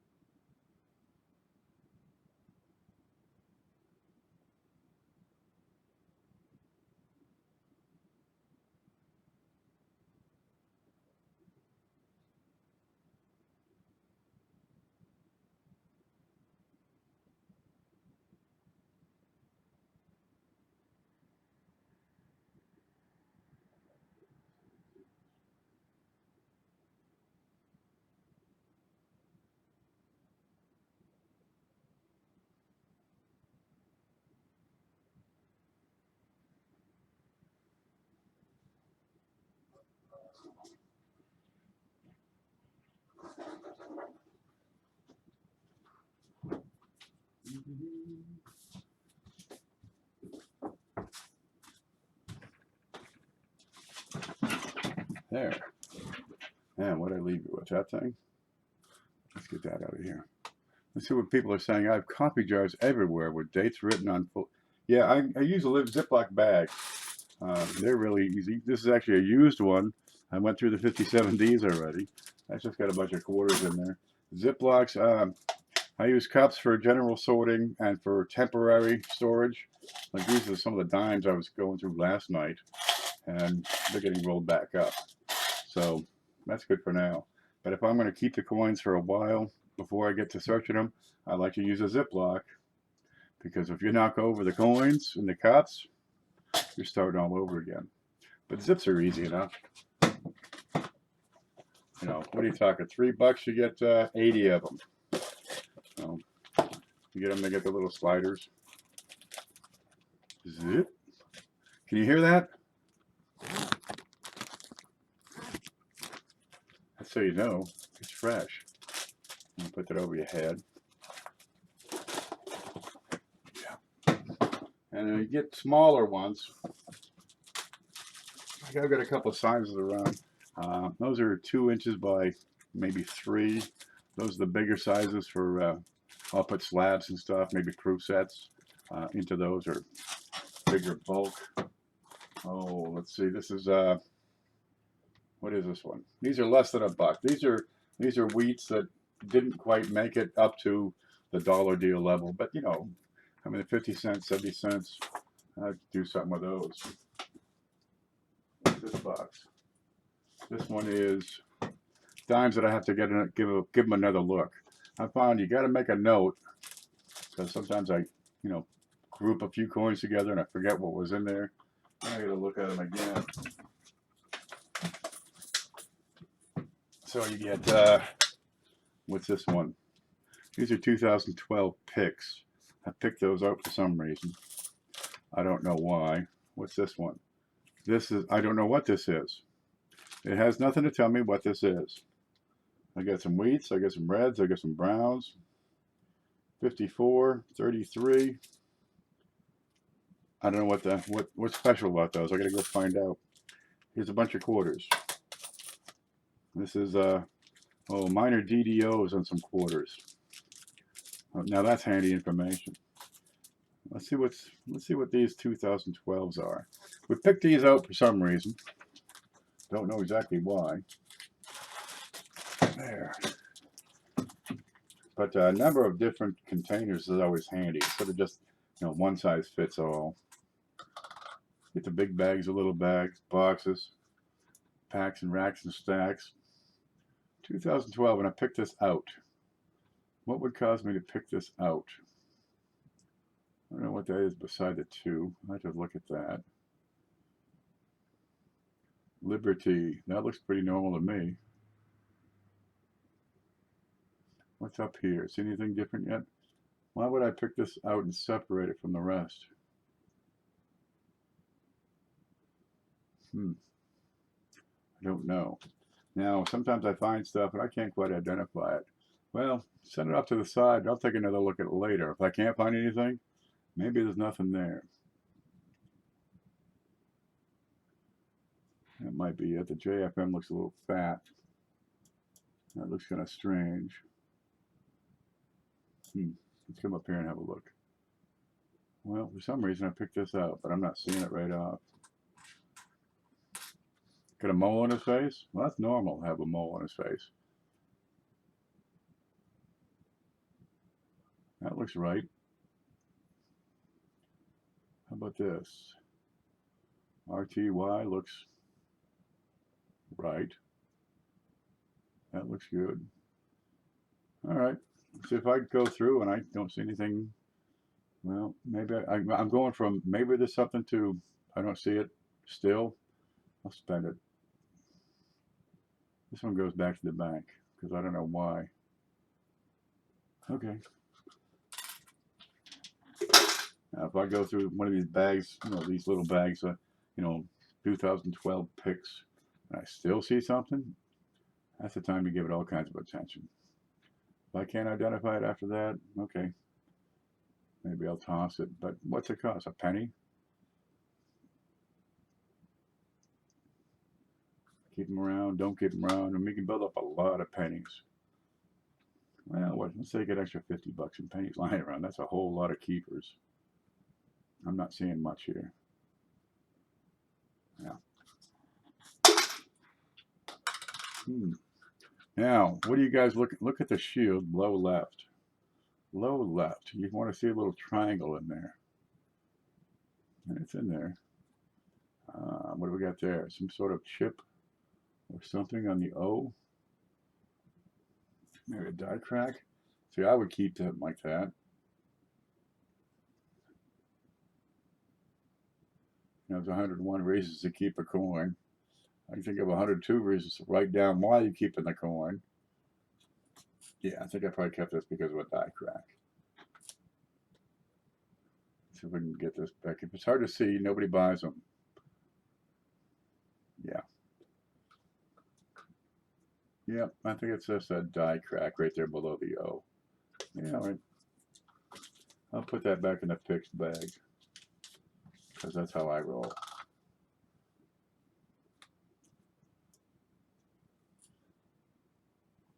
But if you do find something, label it, by God. At least you could, you know, you get some clue as to what's going on. So I got a paper cutter over here. What does that do to? That's just a mark. I got a paper cutter over here, so I'm always chopping up, sheets of paper. I get that big ream of paper at the dollar store because it's like $1 or something. And I just chop them up into little strips. So I get the strips, and I use those to wrap the flips, right? Because that keeps them nice.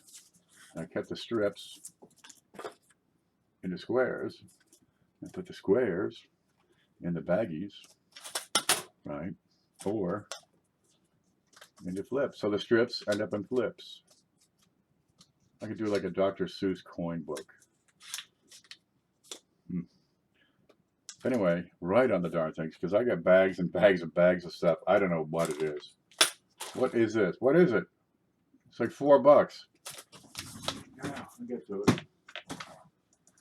The whole desk is like that back there. These Post-its. Well, I tried doing that, right? Here we got the note. Justin LaCapria, Jesse Owen, Sylvia, Phil, and Crazy Maters. That's like 2 weeks ago, the shipping list. What's this one? 1869, 5 cents. That's gone. What's this one? That's today's list. Okay, good. Then you got you got the scribbles. Yeah. Work on it. Keeping this place organized is a bear sometimes. You get so much going on. Well, no matter. I put it in a Ziploc bag so I can get to it better and easier, and when the time is right. 1971. What do we look for here? We look at double dies on the trust.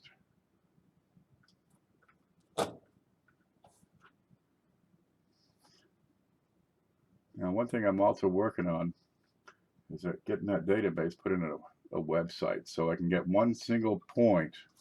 Right? If I'm looking at 1971s, I don't want to go to this one site and see what he has for DDRs, and another page on that site for DDOs, and another page on that site for RPMs, right? And then I got another site. Let's go check out Copper Coins to see what they've got. At least he's got it all on one page. Okay. You go to Wexler. Okay, he's got the DDRs and DDOs on one page. The RPMs on another page. Where do you get these little baggies? I get them from me. Those are the big ones. I believe these are 5 cents a piece. And those are little ones. And I'd have to look up the price on those. But if I buy something, I tend to buy, the case instead of, 20 or 50. Oh, let's see. What do you got?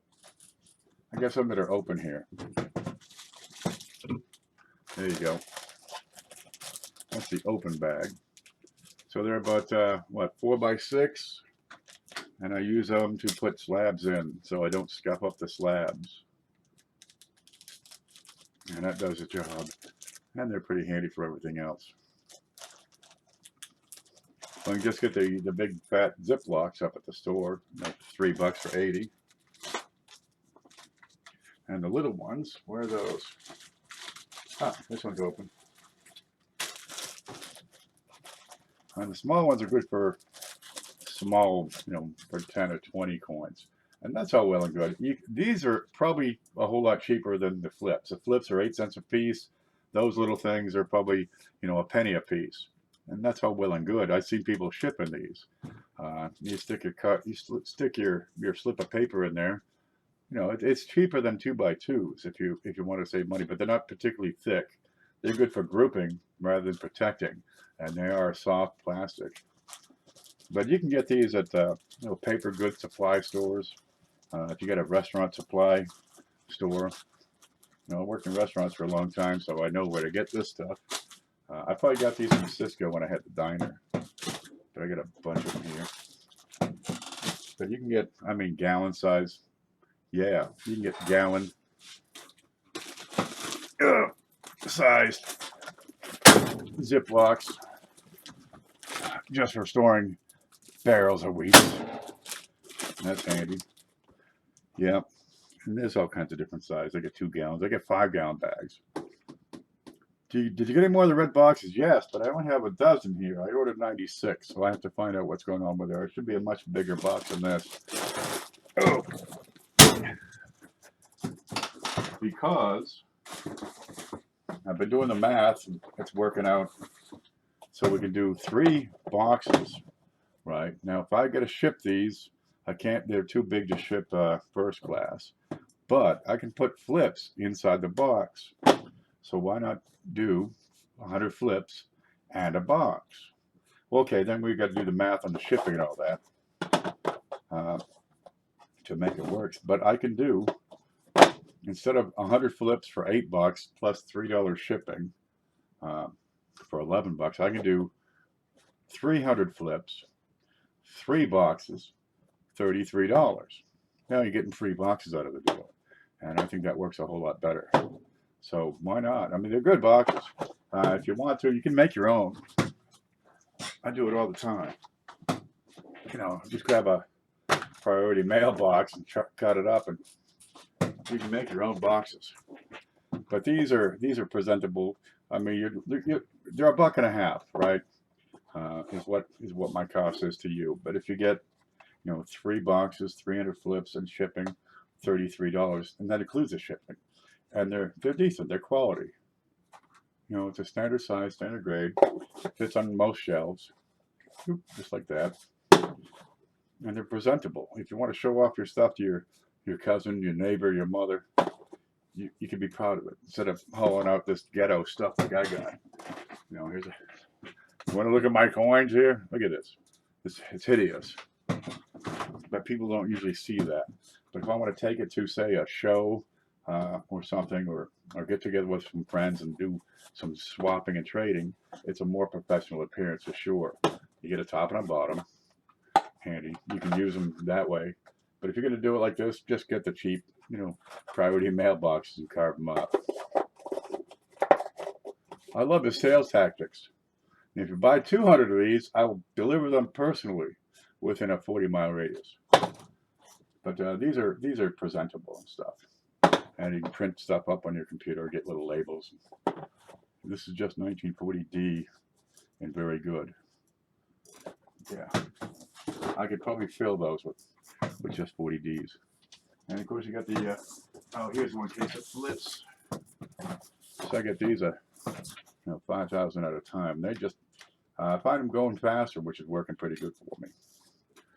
And we'll open it very gently, because I hate to carve into these with a razor blade. And I like these because I'm going to keep the box and cut that down the middle and use that for more storage. There you go. And that is what 1,000 looks like. So I actually have to count these out one at a time. Well, I got to put gloves on because you can't count these out with your bare hands because you get fingerprints all over the darn things. But I can hold them by the sides. There's 2x2 unplasticized vinyl flips. I'll put that back in there. Yeah, I got this thing for office supplies. Okay, but they're guardhouse 2x2 double pocket, standard coin holders, unplasticized vinyl. They do the job. They're made for long-term storage. And I do these all the time. You get the penny on one side, right? I put the piece of paper that says what it is. This is that 2001 DDR we found earlier today on this very show, right?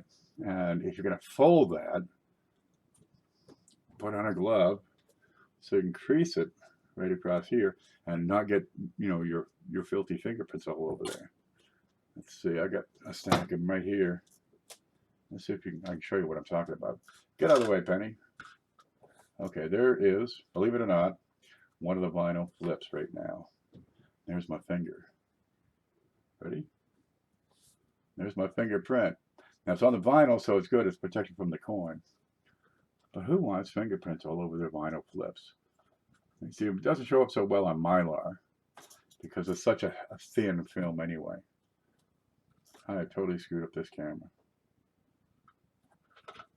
Come back up. Go down.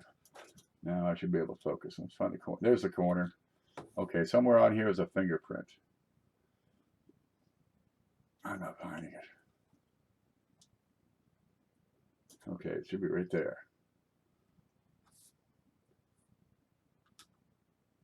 Well, no matter. I don't want to get fingerprints all over your flips, so I put gloves on when I count these up. And I wrap them up in the piece of paper, 50 at a time. Yeah, it works. I'll put those 100 at a time in the red boxes, and 3 of those in a big envelope, and get them to you. Because that works. $1.50, he was telling the truth. Not sure that makes sense. I'm in the UK. You're in the UK? I don't ship to the UK. Guy calls up. He wanted to get, what was it? Oh, yeah. Some of them copper rounds. Some big fat copper rounds I got. Where's that open one? There we go. I got like 12 left right now. Christmas time, they cleaned me out. And I forget where they were going. Might have been Canada, right? But these things, well, they're an ounce a piece. 1, 2, 3. It's not a problem. Canada shipping. But he wanted 20, whole roll. Well, 20 of them, they are 1 ounce. Right here, I'll put it under here. So 20 of them is over a pound. It's a pound and a quarter, actually. Nope, that's not it. There you go. So you get these things. And they're pretty. They're real nice. They're big, they're fat, they're gaudy, they blind you, right? And on the front you got these. But I ship it to Canada. I said, I can't do it can't do it for $3 because the shipping was $24. I said I could ship it for $24. That's what it costs. I don't want them. Okay. I'll sell them to somebody else. So I think this is probably part of that same batch. What's that little scratch? Oh my God. Okay, we'll give this one away. Yeah. I'll put that up with coin class. Somebody tear it up. But I don't handle those with anything with gloves. Yep. You got to keep the stuff clean. I'm going to have some coffee.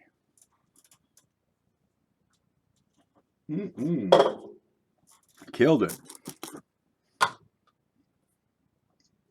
$4.20. Oh, you smokers. I lost my page here. Screen scope. There it is. Well, they're going to legalize marijuana everywhere because they realize maybe it was a dumb idea, but we can tax it. So they realize they can tax it. Every state in the union is looking at Colorado and seeing what money they're bringing in. An extra $100 million a year in tax revenue? Wow, suddenly all those problems disappeared. They're going to make it legal everywhere. And then will come federal regulation. The feds will give in and say, okay, it's legal again. But we're going to tax it, and we're going to regulate it. Then only our good cronies who pay us big fees will be allowed to grow it. And it's going to be the weakest crap you ever had in your life. And it's going to go right back to the way it was before, growing in your backyard and selling it to your buddy. Hey man, want some kush? Yeah, because once the government gets involved, it's going to screw shit up. Tell me something they haven't screwed up. I mean, come on. They tax every single thing except the air you breathe and sex. And if they could, they would tax both. You know, you want to do it, it's $5. You want to inhale, it's $6. What's going on in that FG? Does that look right to you? It's crap over here now anyways. Oh, I haven't smoked dope in quite some time. I used to be pretty good at it back in college, though. Okay, it's just a spot on the inside of that. Let's look up here. What do we got? I don't see anything outstanding on this. O's are pretty round. Okay, let's look at these O's, on the dots rather. They look a little bit deformed.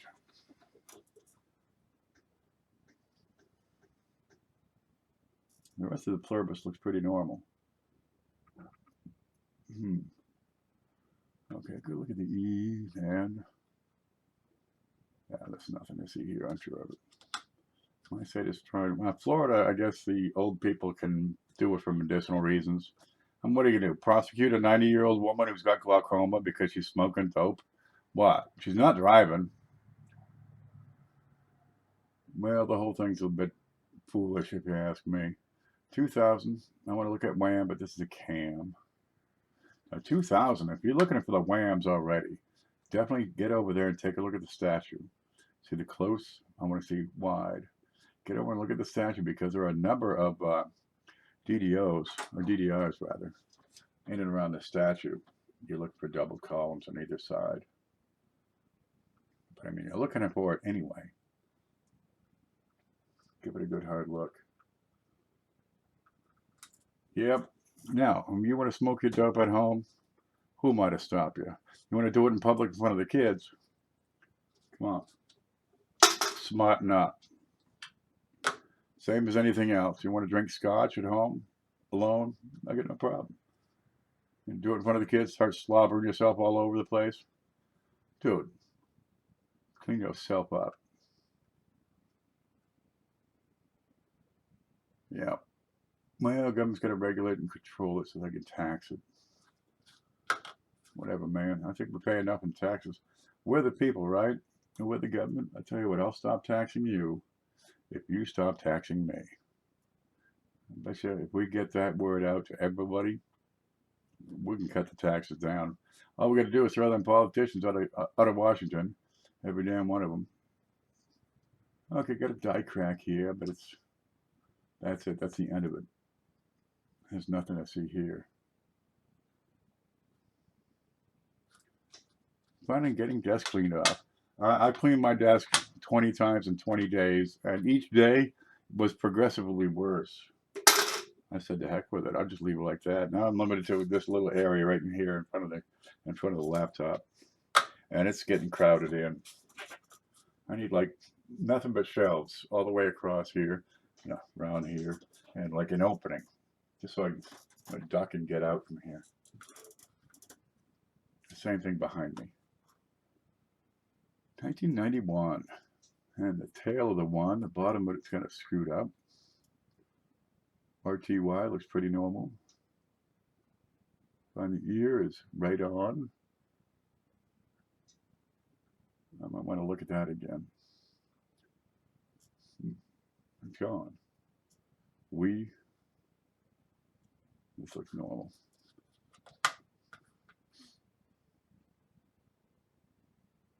Marty says, that's what I need to do before I order anything else. Clean up your desk? What are you getting into, Cat? Knock it off.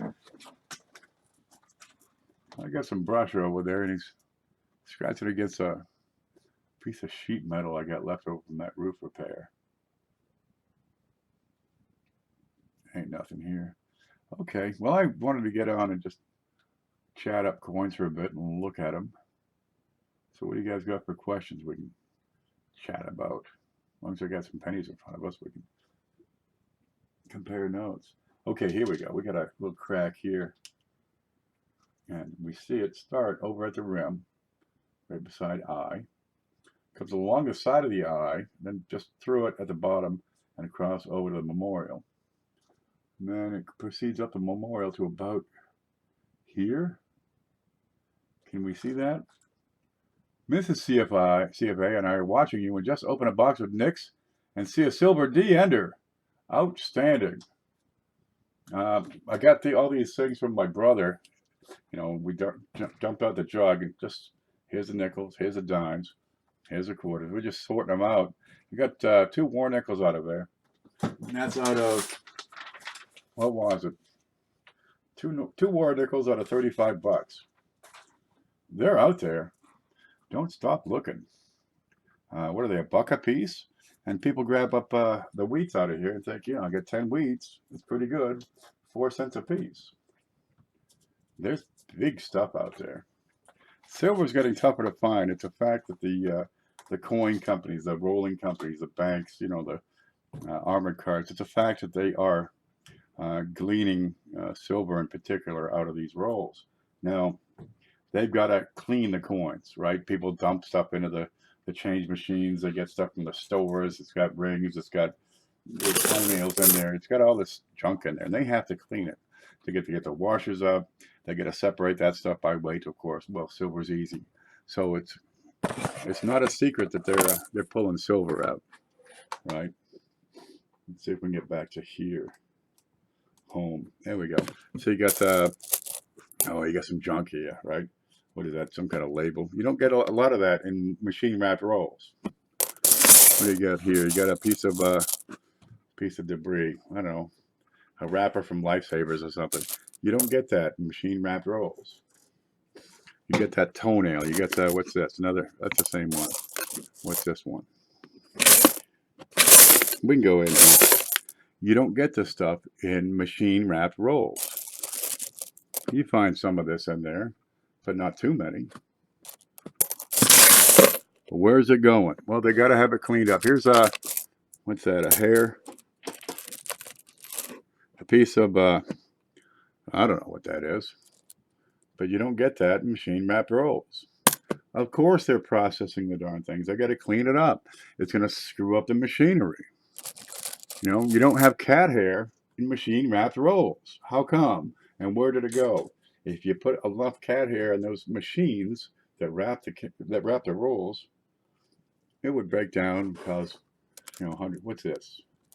I don't know what that is. Piece of plastic or something. You don't get that in machine wrapped rolls. So they are cleaning them up. But you got, literally a couple of trillion coins to get through. What is this, a potato chip? How did this get into my brother's pocket? I don't know. You don't get that in machine wrapped rolls. Of course they clean them up. They screen them. They blow them. They, get rid of this debris in different ways. I can't let go of it. Okay, there's no cat hair. There's no dog hair. You got the little, you reach into your pocket, right? Go all the way down to the bottom of your blue jeans pocket, and you pull out that little bit of lint. It's this blue-gray, flat piece of lint. You have it in your pocket right. I probably have some in this pocket right now. Turn it inside out and go all the way down to the bottom of your pocket, and there it is. You got that piece of blue-gray, flat lint in your pocket right now, pocket fluff, but it's not in machine wrapped rolls. Okay, it's because they got to process, they got to clean it. So naturally, while they're doing it, they're going to pick out the copper, they're going to pick out the silver. And if you don't think it's going on, you are naive. Of course it's going on. The government wants its copper back so they can make, cheaper coins with zinc in them. It's not showing up. So you're going to see this. You got custom wrapped rolls. Every now and then you find some crud in there. Where'd it go? What was that? I don't know what that is. It's a piece of note paper, probably. You find that in your Loomis rolls? No, you don't. So if you think that they're not doing this, then where's all the lint? Where's the cat hair? Where's the bits of paper, bits of plastic, potato chips? Of course they are. It's not a secret. What do you got here? A seashell? A toenail? What is it? It's like my grandmother's toenail. She had the nastiest toenails. I mean, the woman she's 92 years old, right? I'm like, I'm like 14. And she says, I need your help. Can you cut my toenails? And she gives me these, right? I'm going to take this to this old lady's toes and cut these toenails. Now, first off, it looks like, King Kong toenails. Only King Kong's grandmother, because they're gnarly. Oh, God. And you got to get this dull pair of scissors under that toenail. And, you love your grandmother. You can't help it. But this is probably the nastiest job I've ever done in my life, was trying to cut that old lady's toenails. And then you snip it, and it just goes flying, because it's this big, gnarly, it's like bark. God. How do we get onto this subject? But yeah, she gives me your scissors just like these, and, cut my toenails. Yeah, remember that sound? You never forget that sound. Yeah, man, it looked like that when I was done. God. I don't, maybe you didn't do it with your grandmother. It's a bonding experience, I can assure you. Yeah. But take a look at your Loomis rules, and the level of debris. There's nothing in there that's going to blow away, because, well, it's an easy matter just to put a blower, put an air compressor on there, and just blow the stuff out.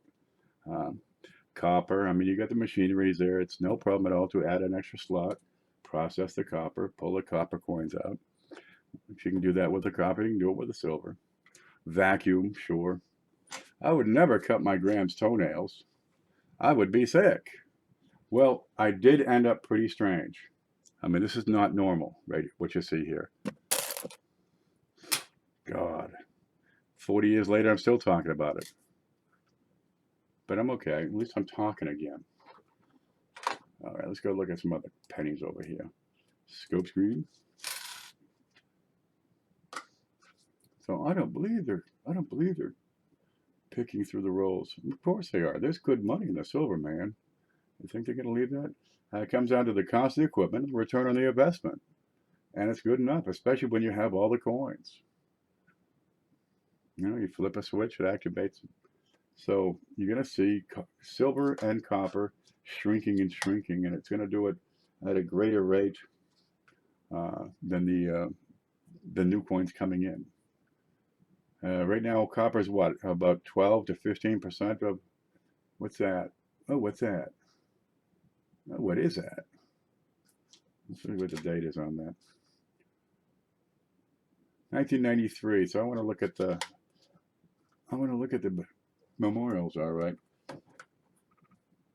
Okay, I got something weird going on here. All right, I'm pretty sure it's gunk. See, the rest of the coin is gunk all over it. So let's get in there and see if that's something that will move. Is that going to move? Is that some sort of damage? Is it a die chip? I got some motion. See that bit right there? That's crud. That's crud or damage. But anyway, we're running about 12% of the coin population is copper right now.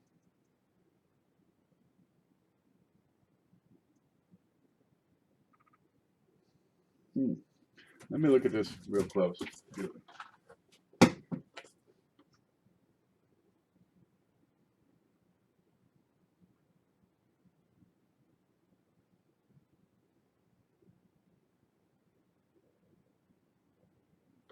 Yeah. Well, that looks to be a die chip. Probably one of the biggest die chips I've seen on the inside of the columns. That whole thing looks to be a die chip. So I'm going to pull that aside and take another look at it. And I'll put that in the keeper bucket. Looks like a bit of metal near the bottom. Yeah, that's what I'm seeing. 1999. Now, two things we want to look at here. One is we want a wide 9 tail, the lower tail of the 9. And probably wider than that 9 tail. But you see how it's a square, flat edge and not chisel pointed? It makes it easy to tell when it's really, really broad. 99, I want to look for a wham. But I'm going to look for DDOs and DDRs, a whole bit. 99 is one of those years has everything wrong with it. What do we got here? It's a cam. Oh. Oh, well. Well, not every one of them is going to be a wham. You find the whams and the cams are some of the first ones I look for. Now, I sort these by year, and then I can go back and check each year. So depending on what I'm looking for, I feel like, I just get the wild hair. I want to look for, doubled ears. I'd be pulling out the 1984s and going through every one of those. But I can do that with, a sack of 1994s. So I'm doing like, 20 rolls at a time of just, one date. When I do the 1999s, I'm doing a sack of just 1999. So when I find a wham, sometimes I find 2 or 3 that same day. Kind of a neat thing. The double ears, 84 is a good year for them. There's other years, of course. But it's much more efficient going through, one single year at a time, even though it does take the time to separate and sort these into individual, year sacks. Is that the 99? Still? Yeah, nothing there. Send a packet. A sub to 420. Oh, sub to each. What is that?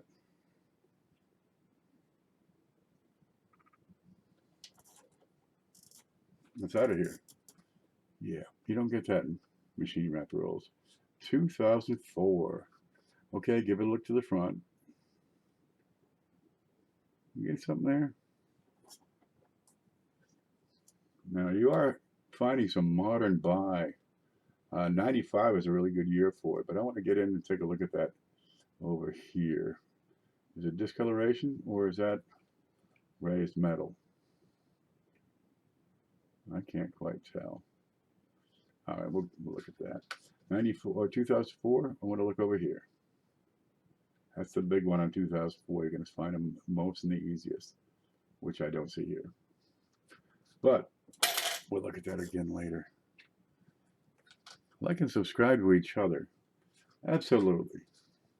I mean, you take out the politics, take out the drama, take out the religion, take out abortion, take out all that stuff, because, we ain't here to talk about that. We're here to talk about the pennies.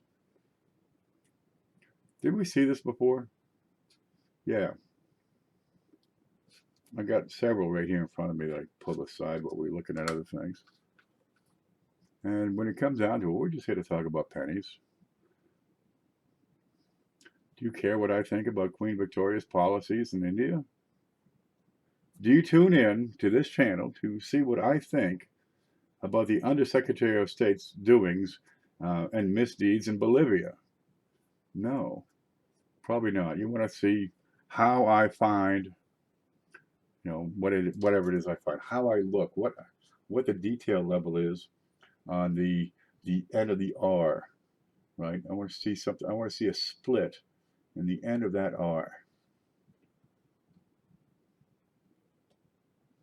And while we're at it, we got a die crack going from the rim down to the corner. And I got another die crack right here. You get these. The 4 most common areas for die cracks, if that's your thing, are at the corners of the memorial. And 1983 has a lot of die cracks. And I don't know what the date is on this. Well, it's a 1991. 91, I want to look at the tops and bottoms. I'm not seeing nothing on this one. No matter. The rest of it looks okay. Yeah, I do want politics. Who wants politics? We're looking at pennies. But you got all these other people, and for the most part, everybody talks about coins. Where to get them, what to do with them, what's the procedure you go through.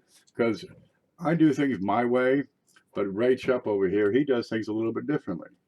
Well, wouldn't it be neat to find out and listen to Ray and see how he does it? There's an ongoing debate, and I've gotten into it with Chuck Daughtry before, about what's an effective way. Doesn't have to be efficient, doesn't have to be productive, but what's effective to learn how to hunt for die varieties? Do you look for known varieties and then stretch out, so you're checking the whole coin, and you can find, unknown varieties, or do you start with the whole coin and find whatever you can and then identify it? Well, he goes with look at the whole coin, and I go with the idea of hunt for knowns first, because it'll help you lead into looking at the whole coin. Mudswat says, hey, Ken, I have a steel cent with a small crack die spearing him on top of the head. Any idea of the value? You find your die cracks don't really add much value. They have to be pretty significant before they start to be valuable. I've got one that I sold for $13. It's a Roosevelt dime, goes from the rim just about all the way to his ear, and it's this wide. They got to be major die cracks, or split dies, or bisecting rim to rim die cracks. These little ones, yeah, you could document them, you could catalog them, but if it's going on the memorials, if it's going from the rim to to the corner of the memorial, even if it goes as far as the planter, just fine die cracks, they're not really popular. They don't bring a premium. You'll get some a lot here in the front, where it comes in around W, around the W we goes into the. This might be one right now, and they're very fine hairline cracks. No, I don't see it here, and they just don't draw a premium. They're minor. They're small issues, and they don't really bring a whole lot. The promoted ones. Now here you have a die crack or chip in Liberty, right? Those bring a small premium. You got a buy example, I'd probably get you $2 to $10. Better condition, $10 to $12. A regular one, $1. They don't bring much, but then again, they're also not documented well. I mean, if you want a full set, do you want the one that has the die crack on the right side of the memorial? In 1983? Well, perhaps not, but I'm sure you'd want the 1955 S by number 7, with the die chip and the Liberty. Where'd that go? Do we have one over here? But these minor die cracks, they don't amount to much because, well, they haven't been identified and researched and documented, and they're just so darn minor. There you go, one right here, I think. We're getting it? No, it disappeared. Well, anyway, the little die cracks aren't much. Nobody cares. It's like anything to do with a Roosevelt dime. Nobody cares about. 1983 has a plethora of die cracks. What do we got on here? Maybe we got another one. Keep hunting. You'll find them. This is shot out. That was underground. That's junk. But some will draw more of a premium. If you get the spiked head, you'll find it where it goes through Liberty, right, from the rim through to as far as RT or Y. I think that's a scratch over here. Let's see. But the minor ones, they're nothing. Hey, that looks kind of funny on the G. What was the date on this one? 92D. Ooh, we better look. 92D, close AM. Nope, not this time. That's a darn shame. That'd be cool to find one on, during the live stream. This is unremarkable otherwise. But for die crack to start to bring some value, it needs to be pretty wide. They figure as thick as the one in the date. Oh, let's see. I mean, good and thick. You're going to see it from a couple of feet away. There's the one. You get a die crack that fat, it's going to be noticed. And it should go a third or more across. And then you got something. And it might only still be, $5 to $10. But how many boxes of wheats, or how many boxes of cents would you have to go through just pulling out wheats to make $5 or $10? A lot. So that's why I say this is where the money is. Well, for me, it's no good having a variety. on a crappy penny. No, same deal as regular cents. I mean, I keep them so I can take pictures because I'm working on that database and I got to have a whole lot of pictures. So even a crappy picture is better than no picture. And I got nothing on this one. What you got here? No, 1997. Check the year. Check it close. Nothing. And look at the back. I want to look across those columns and in the memorial bays. I'm not going to see anything here. Yeah. Awful things. Not every penny is sacred. If you get pennies that have, that sort of thing, does a collector want that? Ooh, I'll buy that for $1. Well, they want a good-looking coin. There's always two schools of thought. Do you get one to fill the slot so you have the complete set, or do you get the best one out there? And if you can't get the best one, how good is good enough to bother with? I think VF is a good grade for regular Lincolns because it's got a lot of detail. And it gets you in before you get to that giant spike at XF in price. Because once you hit XF, man, sometimes the price will double or triple a lot of those dates. VF is still quite affordable. Mobile says, can you or anyone else explain what is so special about the 1968S, 69S, and 70S Lincoln cent? Should I be saving them too? So the Lincoln cents were produced in San Francisco up through 1955. 1955 was the last year they made them, which, I always keep some 55S's and BU around here. And they didn't make them for 56, 57, 58, 59, 60, 61, 62, 63, 64. Then you got the coin crunch. There's a coin shortage in the mid-60s. And 65, 66, and 67, they made them in all three mints, but they didn't use mint marks. So they're, some of those 5, 6s, and 7s were made in San Francisco, but you can't tell because they all match. They caught up on the number of coins in circulation. Life is good, and they were doing some changes.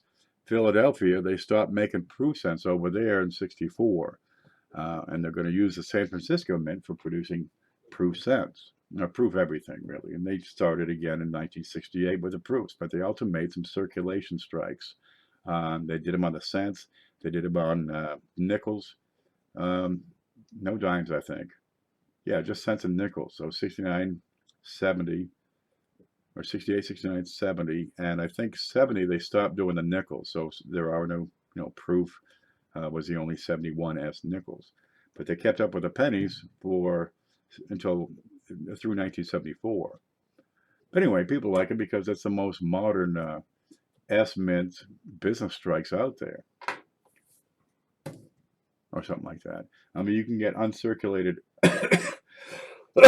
S mints, but they're made for sets. They're made for uncirculated sets, or the enhanced uncirculated, for example, or they're made for proof sets. But they don't make the business strikes, the regular common stuff. They made what, 400 million or so 1974 S.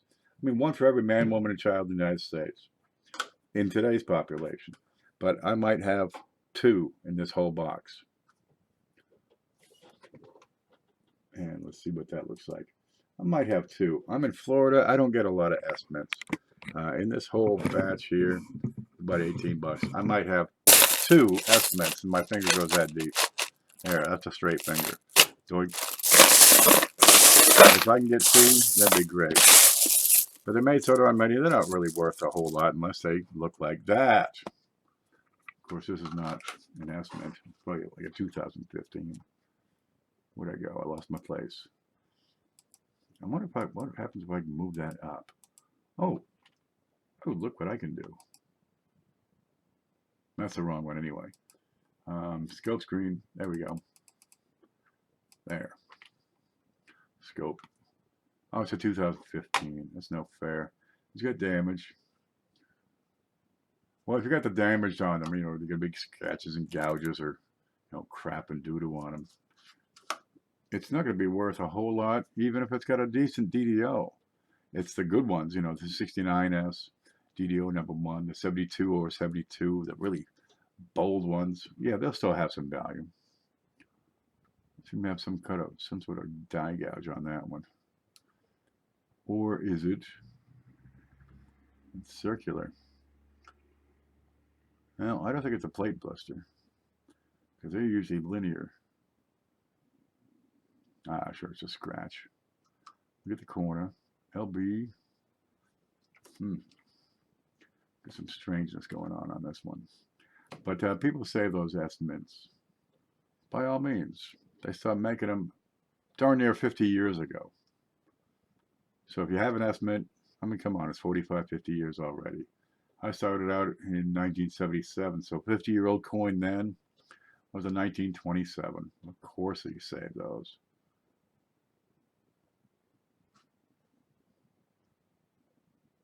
This looks normal otherwise. Thank you, Ken and Lincoln. Lincoln said, some premium. Ken, can you or anybody else explain? Yeah, keep them. You're talking, you know, should you keep that penny? Keep it at least long enough to be able to make that determination on your own, right? And if you're not keeping up with, you know, the knowledge and wisdom and learning, oh, you always have the penny and you can send it back. It's better to have it and be able to determine later than to get rid of it and say, man, I used to have one of those and I spent it on chewing gum. Duh. Oh, I had one of those in my hand, but I didn't know what it was, so I spent it on dope. Well, it's better to keep it, because if you can keep it, you can always make a decision later. And really, if your problem is you can't hold on to a penny, well, the issues are nothing that I can solve. What do we got here? 2017 P with a few marks. Liberty looks right and tight. Now, you guys out west, you can't get these. Not too often. We get them all the time. You guys get the Denvers, though. I can't get Denvers. I have many. This is Lincoln sets. I have many 1868 to 69 proof sets. Oh, yeah, he does. They look pretty good from what I saw. Yeah, if you're looking for a 68, 69 proof set, get a hold of Lincoln Central.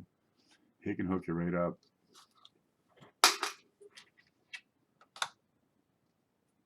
I get over $20 a roll. You get $20 a roll for 69S, not circulated or uncirculated.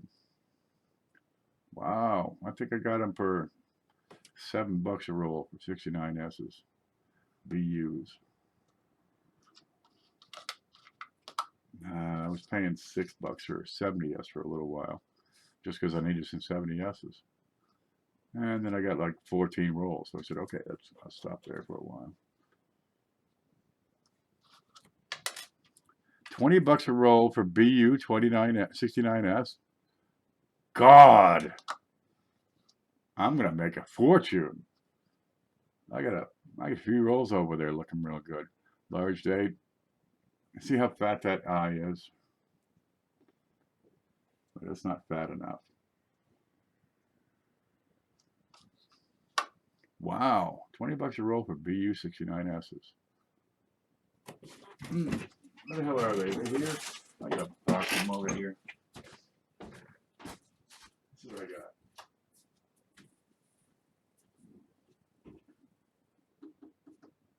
There we go.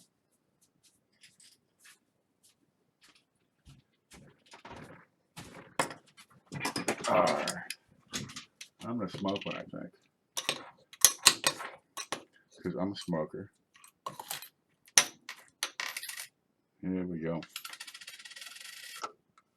So I take these and I put them in folders and stuff. Or people say, check out a 69S, I need a BU 69S, and they look like this. Okay, 1969S, BU. You get 40 cents a piece, $20 a roll. Wow. Okay, this one's got a couple of spots on it.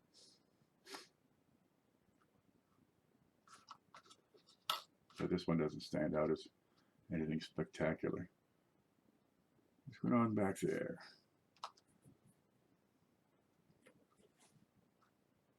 It's clean, it's pretty, it's shiny.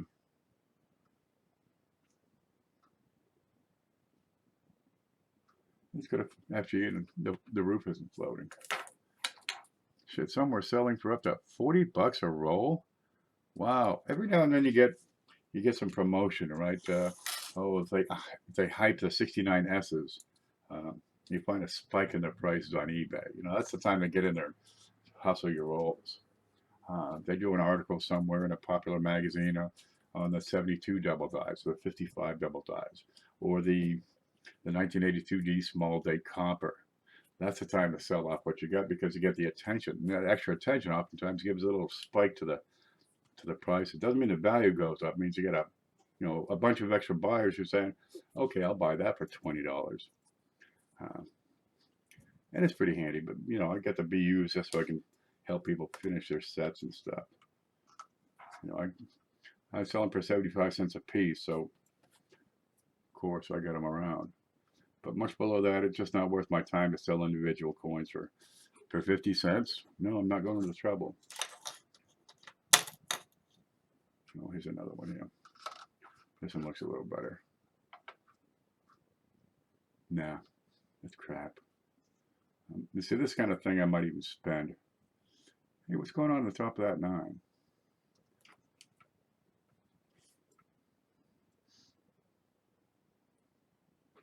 Yeah.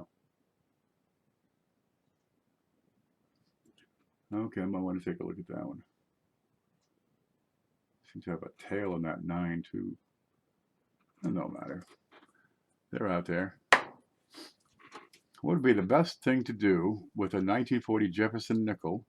It's probably an AU58, but at 5 full steps. Get it graded and sell it. If you want my opinion on should I get this graded, we had coin class this past weekend. Take a look. The key aspect is if you don't know whether or not to get it graded, then you're not doing the homework that's needed to get you the good price, to get you the top value, to know where to sell it for a reasonable price. Right? Does having it slabbed add value? Because if it doesn't add value, just sell it the way it is right now.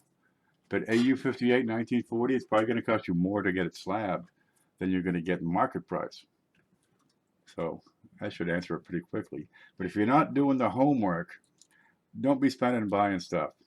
I'm making a point, if I'm going to invest in something, I don't do it unless I know everything there is to know about it. Because, man, I've been stung before. I want to do a title search on the whole damn property going back 50 years. I don't want nothing coming back to sting me. No, Dennis, Denise, how do you pronounce that?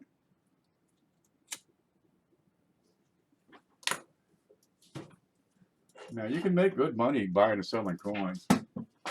But if you don't know, if you're not doing your homework, dude, you're going to lose money every single time.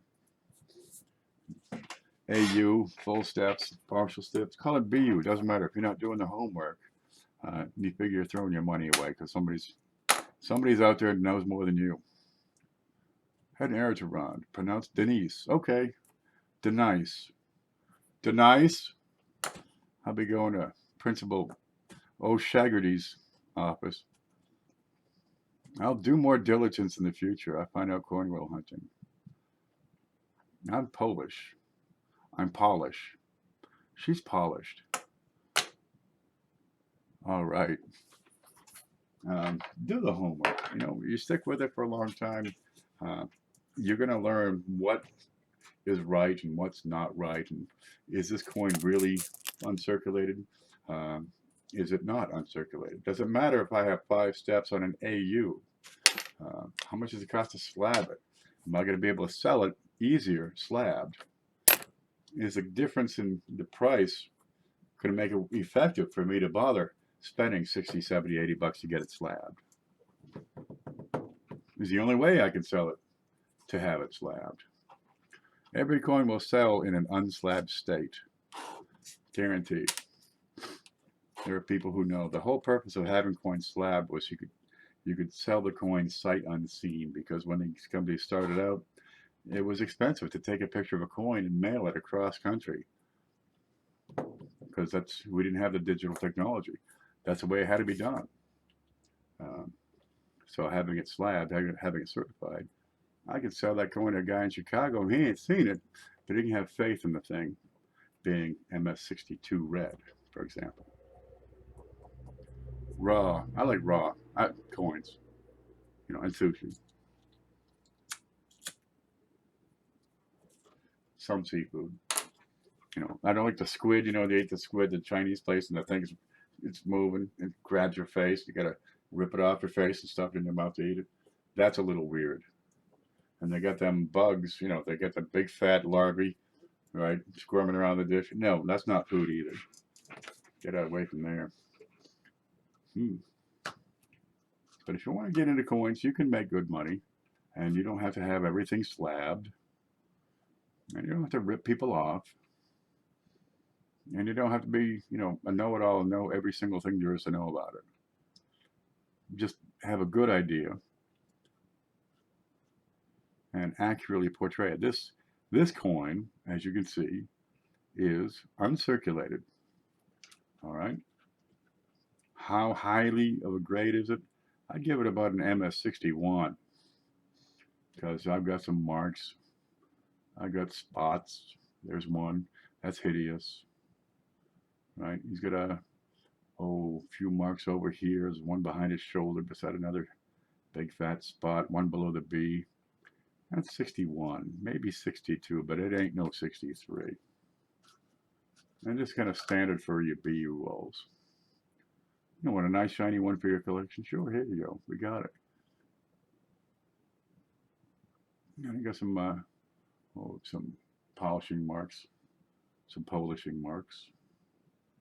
There's a contact mark right beside the planter. It's a decent BU. It's not, super awesome, but it's acceptable. It's got all the luster. And if you can describe that to somebody accurately, and they get it and say, yep, he was right. Of course, on the other side, is it worth the 50 cents or 75 cents? 420 says the die crack, if it is that on my quarter, is definitely longer than a number one. How thick is that crack? It's not the length, it's the thickness. You want a big fat crack and going about a third of the way in. Now, if it's longer than one, that's always good because the one is, pretty long. You want a big, prominent, wide, jagged, gnarly crack that scares away children. Then you got something. Because I would love to have something like that around here. Yeah, just to keep the kids away. What do we got for? I'm sure if you go through enough coins, you're going to find die cracks. Coin roll hunting is not about luck; it's about persistence. Because persistence will beat luck any day. Eventually, you're going to find something pretty darn cool. What's going on his face? Is that a lamination? I don't know. I have to get in and look. But persistence will beat luck hands down. You get the guy who goes through. First day he's out, he pulls out, a 1969 S double die. Oh, great, man. That's real lucky. But I go through, a box a month, you figure. And I find something in every single box. JC says, Ken mentioned that you should look at the edge of a coin for clip planchet. Oh, absolutely. Okay, camera's getting warm. It's getting hard to focus. What's going on here? Is that a lamination? That's darn peculiar. See that jagged edge? Okay, I see a lamination. I'm going to look for two more things, right? One is I want to see woody. I want to see a woody planchet. Two, I want to see more parallel lines, parallel to the direction of that lamination. So I'll get that mark in his face, but I got no other marks in this coin. I don't have any. Oh, I've got some woody grain to this. Okay, so I'm going to go back to the eye and follow that grain. I'm not seeing it, but I do have some woodiness. Oh, now CFA, you still on? So you were talking about the, those 1980, 81s and how woody those are. Let me put this under the wider camera here on the pad. Let me put that up here so we can have a look what I'm talking about. Home. There we go. And that's not good enough. I'll zoom in here. Come on. Oops. How do I make this work? There. That's my floor. Yeah, I need a housekeeper. Okay. Let's see if we can get the color on this.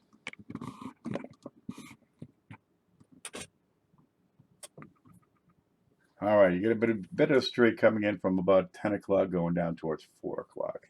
It's not particularly bold. It's not particularly high contrast, but it's got some width. And 61, there's 10 in the coin, so that's probably a pretty decent lamination. It's kind of limited without a whole lot of coverage and very, very coarse because it's this wide. Now those 1982s, 81s, where you have those fine, fine lines going across pretty much the whole coin, that's not the same characteristics as a woody such as this one. But this one is, well, it's low contrast, low coverage, it's a single mark. But I've got that lamination to go with it. And so that kind of reinforces it. So with that woody line going right there, that really reinforces the idea that this is a lamination under his eye, right there, rather than damage. I lost my toothpick. Oh, there it is. And if we can see that right here. I'm going to zoom in and let's look for the flakiness in the metal. I'd call that flaky. Now it's pretty small and pretty minor. I wonder what would happen if I put this toothpick right under here. I've got no purchase. I'm not getting any resistance here. No, that's real close. It's still pretty much bonded. It's not peeling up. Well, let's try something that would peel it. Let's play with this one, because this is a pretty minor lamination. Yeah, let's play with this one. Let's see what this will do. Can we get that little edge under that?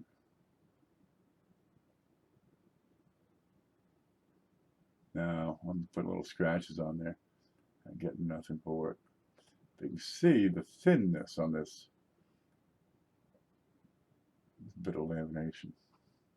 Now it's ruined. What the hell is my penny? I can ruin it if I want. Like, that's a good idea. Let's look at it from this side, see if we can get a different angle of attack. I want to grab under there. You know, it's okay to experiment. So like this, I mean, you're looking at it, you know, it's a penny. No, I'm not getting under it. I wrote my name in it. That's a pretty minor lamination error. Yeah, I'm finding a little bit of getting a little bit of a peel up, but not much. Okay, well that's ruined. We'll throw that back. Cuss on Coins is a great site. That one was made for me. I curse. I'd probably have a lot more people subscribing if I didn't curse a damn much.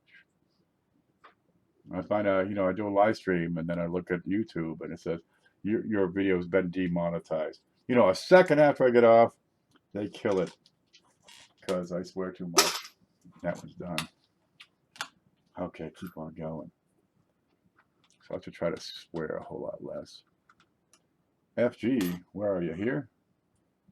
That's a 1981.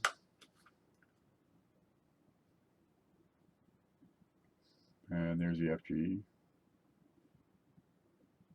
Yeah, that's about right for 81. 81 doesn't have the sharpness. They're all mushed. But 81, let's look for a DDO, a DDR. I'm not seeing it here. Well, what I threw, doesn't matter. I clawed that up with a razor blade. That one's ruined. Guaranteed. It's gone. Somebody will pull that out in 100 years and say, what son of a bitch would screw up a penny like this? Just like we say. Man, don't they care about the pennies? Well, it's only a penny. There's a million of them. They make more. But you're going to find eventually they should go away. We should have a centless coinage system sometime in the next 10 years or so, because you got a, here it is, you see 1 cent. That's what the value of that coin is. All right, they can't change the value of the coin to 2 cents because that'd be a different denomination. But the cent, as long as you have a cent coin, they have to make them. They're going to make them out of something tangible, metal. But what if all metals, eventually, because they're inflationary, what happens when that last type of metal rises to above 1 cent for, 160th of a pound? And then, of course, it would cost more to produce that coin than the face value. So they'd have to stop making them. So you got inflationary resources and fixed price coinage. And eventually, the cost of the resources must outstrip the value printed on the coin. And they'll stop making them. They don't make the half cent, the farthing. All right, stop it all together. Canada, yeah, they don't believe in the cent anymore. The cost of, it's not so much the cost of producing, it's the cost of distribution, because you got to get these things all over the place. Canada's got a much smaller population, so the costs kind of higher. Time out when you cost can. We're just going to take a break for 10 seconds. Anyway, eventually they must kill the cent. I hate to see it go. Hey, it had a good run for a couple 100 years, and that's great. But really, right now, the cost of producing the cent and distributing it exceeds the value of the cent. But it's the basic. What's that? It is the core. It is the base fundamental piece in your circulating coinage. What is that? I want to look at this.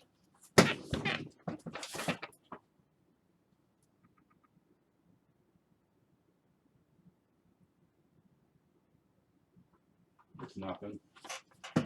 That's nothing. It's the smallest unit. It's the atom. You can't get rid of the atom. Well, you can. Canada did. And that's nothing there. But eventually, the nickel would then be next. Costs too much to produce a nickel. They'll kill that. Well, now you got tenths of a dollar. I remember when a loaf of bread was 25 cents. I just spent $3.09 on a loaf of bread. Well, the use of the penny is losing. That's why people get these big jugs with just nothing but pennies in there, so they don't use the coins so much anymore. So eventually, the coins will be going to cashless societies or just bills, or when the cheapest thing you can buy is $1, you don't need change at all. Does that make any sense? But the cost of producing the darn thing out of a resource that is price inflationary, it must eventually be outstripped by its value. Or the value would be outstripped by the cost of production. What do we got going on here? It costs more to make the nickel. I don't think the nickel is quite in jeopardy yet, but the penny for sure. It's costing them more to distribute. But when the price of gas went to, what was it, $5-6 a gallon for diesel, it was costing them a fortune to ship the pennies around because they got to go from the mint to the Federal Reserves, then to the banks. Then to the companies that roll them, Loomis and Fargo or whoever, Brinks, and then to the banks. I mean, they drive these things all over Kingdom Come. It will cost us, not the rich. Yeah, you think? I mean, the rich make the money. They hire us. We make some money, but they make money on us. If it didn't pay them to hire us, they wouldn't hire us. That's why it's better to be rich. Now, I got no problem with, somebody being rich because they're probably hiring a lot of people and helping them at least make a living. God, you got a lot of money? Hire some people. I've had several employees in my time, and they're nice. And if I didn't make money, I wouldn't have employees. I wish I had a housekeeper now, and a masseuse, and somebody to cook, and somebody to mow that back field. Good Lord. But the people in the middle, they pay all the bills, right? They pay the bills for the people that don't work, and they pay the bills for the people that own the companies. So it's that middle that pays for everything. Don't be the guy in the middle. Be the guy that owns the company. You'd be a whole lot happier. Believe me, you get to set the rules and policies. And hey, if it's a good day, you don't come into work. Lemonhead Penny, why don't you get out there and start your own business so that you can never lose, so that you can make whatever you need? Be the owner. Don't be the guy who rents. Be the guy who owns the house. It's one thing to belittle the rich, but have you tried being rich? It's a lot of work. It's nothing to do with luck. It's all about hard work. And if you're willing to do that work, you can be the one that owns. And it's nice. I've tried it. I've been rich and I've been poor, and it's better to be rich. I owned my own company for 20 plus years. Outstanding. Now, owning your own company doesn't mean you're rich.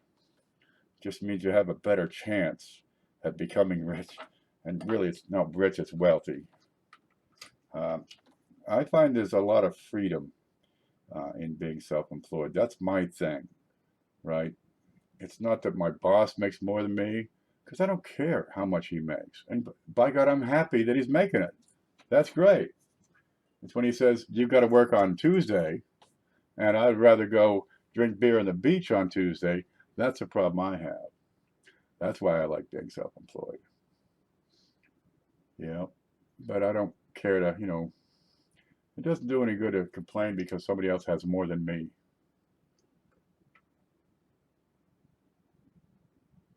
But if he's helping other people get more, I don't have a problem with him making a big paycheck on that. I don't find anything on this right yet. I'm getting pretty sore throat, and I have to stop and get some dinner, so I'm probably going to cut this short sometime soon. I'm not rich, contractor. I had it all and lost it twice. Oh, yeah. Oh, geez. The best part about starting over, you do it with the same thing every time. Nothing. That is beautiful. And after a while, you get pretty good at it. And then it's not so much what you start with, it's the knowledge you start over with. I can go a couple, 3 months and just search coins, and I can get enough money and enough stuff sold that I can start to flip the coins. And now I can increase my income and stuff. There's a point where you can weather a storm a whole lot easier just because you have the knowledge and experience. Coins are a great way in because you can, for a $20 investment, you can find $50 and you can sell some of that and keep it going. And it's just how many times you reiterate the process is what sort of income you can make. And it can be quite reasonable. I'll never go hungry. I guarantee you that. But I've had a few companies, and sometimes, I screwed up and didn't do as much as I could have. And sometimes other people screwed up and took more than they should have. You get it all. What do you got there? You get a big fingerprint? Lost mine to an ex-wife. My brother's, one of his ex-wives, cleaned him out so bad, she got my washer and dryer. You want to explain to me that one? Yep. He says, hey, you're not using this washer and dryer. Let me borrow it. Okay. And she cleaned him out. She got everything. She got the washer and dryer. It's my washer and dryer. How does that work? Somebody owes me a washer and dryer. Of course, I've gone through 20 washers and dryers since then, so I'm really not too worried about it. 1994. Let's look inside the memorial columns. This looks pretty normal in here. And you look on the outside too. But on the inside, you're going to find right dead center down the middle of these columns. Somebody just found one of these. Jessica Johnson just found a 94. And Jeff Lynn found one in the Coin Up group. His was many months ago. But right down in the center of the last bay, you'll find, an extra ridge. And some of these, because there's several different dies that have this feature, you'll find more ridges down the center of these other columns. And you can go back through 2, 3, 4 columns, and sometimes you get them on the outside, which is pretty neat. Yeah, but I don't blame the rich, because what of it? Blame doesn't serve to do anything. You have the same opportunity to get out there and hustle and make some money as the rich people do. Sure, they have the market. That doesn't mean you can't get in. And by God, I hope you do. I can get enough of this market share to pay all my bills and then some. And at this point, I'm pretty comfortable with where I am. The house is paid for. They can't take that from me unless I, don't pay my taxes. But my taxes are pretty low because I'm way out here in the woods.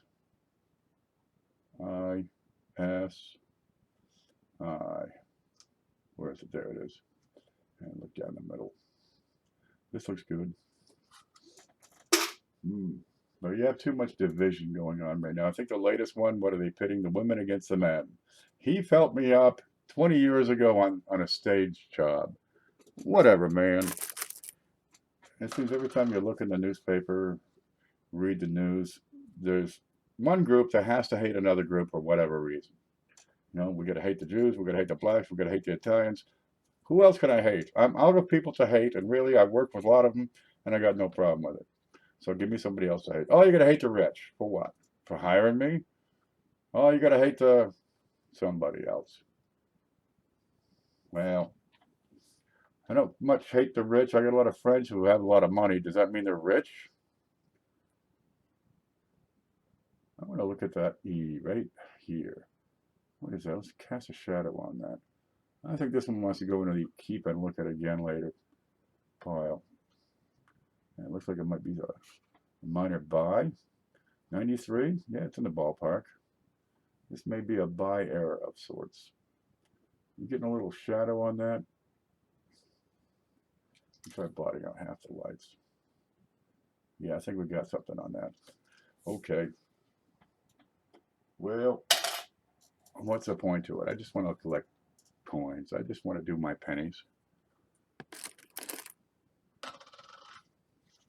In politics, really, what's the whole point of that? You got two main reasons. One, common defense, war. That's a business of government. After that, infrastructure, roads, bridges, a monetary system, rules and regulations. There's a point you get just too darn much regulation. You really need 20,000 pages on how to regulate the interstate trade of cabbage. This is an odd one. See the way these low areas are just flat? I think it's an over-polished die. It's cabbage, for Christ's sakes. How many moves do you need on that? All right.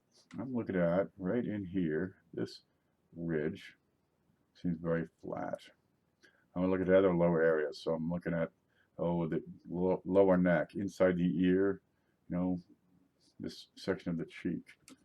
These low areas. Under high magnification. Well, not so bad here. All right, but the ear is kind of filled in. And this does look really flat in that. This is probably over polished. But I've got a separation right here. That's not too badly over polished. And that's a flat spot on the inside of his nose. This is almost down to the field here beside his eye. This looks fairly acceptable otherwise. I'm doing great.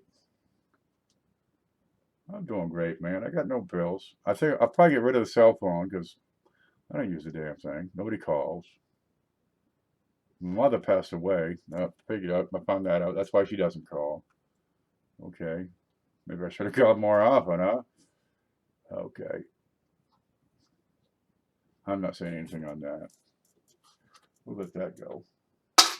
I'm out of coffee, guys. We get Central getting upset about the political discussion. Hey, you got food in your plate, you got a warm house, and everything works. You got most of the people beat in the whole world, right? Really? And we're going to talk about, this party and that party. And of course, the parties have to hate each other. But they all spend the same penny. Do we care how many Democrats or how many Republicans handled this coin before? Not really. That never comes up, does it? I just let the cell go like 3 months ago. I'm not using it. I mean, it's somewhere here on the table. I got the internet. Everybody calls. They know where to get a hold of me. It's handy when I'm on job sites, but really, I don't kind of go to these job sites anymore. I haven't worked for the company since, oh, was that one day a couple months ago? Okay, every now and then, but I didn't need the phone there, which is handy. But when I do need the phone, dude, I need that phone right now. Somebody's got a phone. This is in pretty good shape. Now this one, you don't want to do the dark light test. What have we got right there? Okay, that's a perfect spot for it. All right, the back of Lincoln's neck would make a little mark on the back of a coin if it was a clash, and it would be right exactly there. So is it a die chip or a clash mark? I'm going to follow the vest line. It should be over in this general area. I'm not seeing much of that. But that's a perfect spot and shape for a clash mark in a column. Have you see that one right there? Now, a neat thing on these, oh yeah, you can see it. On these stronger clash marks on the reverses, sometimes you get the letters of Liberty inside the bays. Can you see the Y right there? Can you see the Y? That's a Y. It's a letter Y inside the base. This is a clash. Even though I don't have the rest of the vest going off over here in an angle, I've got a Y. I've got the back of Lincoln's neck right here. I'm going to follow it across. I may have the front of his head. No, I don't see it there. But this is the clash die. Let's see if we got a. Now the top of his head is going to come right down to the top of the cent. If it's a clash in here. But because you have a clash mark in one area of the coin doesn't mean you have a clash in every area of the coin. But as part one, you got that, and look at the Y. So that's a keeper for sure. Now I see that on that side. Let's look at the other side. Because remember, it takes two to tango. What do we got here for a date? 1999. Now I want to hold that at an angle. Right, and pick it up and pick it down because I'm looking for shadow. I'm looking for a difference in color. Because 99, I should see jail bars, perhaps. Look at the back. What are those marks? That's just gibberish, is what that is. Nope, that's a clash die reverse, though. And you're going to find, because of where the memorial is, top of the head, right around here, sometimes you get these a horizontal mark in the fields up to his head. And again, down here, just below the date, you'll get some horizontal. Is that one right there? Maybe. And let's find my pointy stick right in here. Is that a clash mark from the memorial on the other side?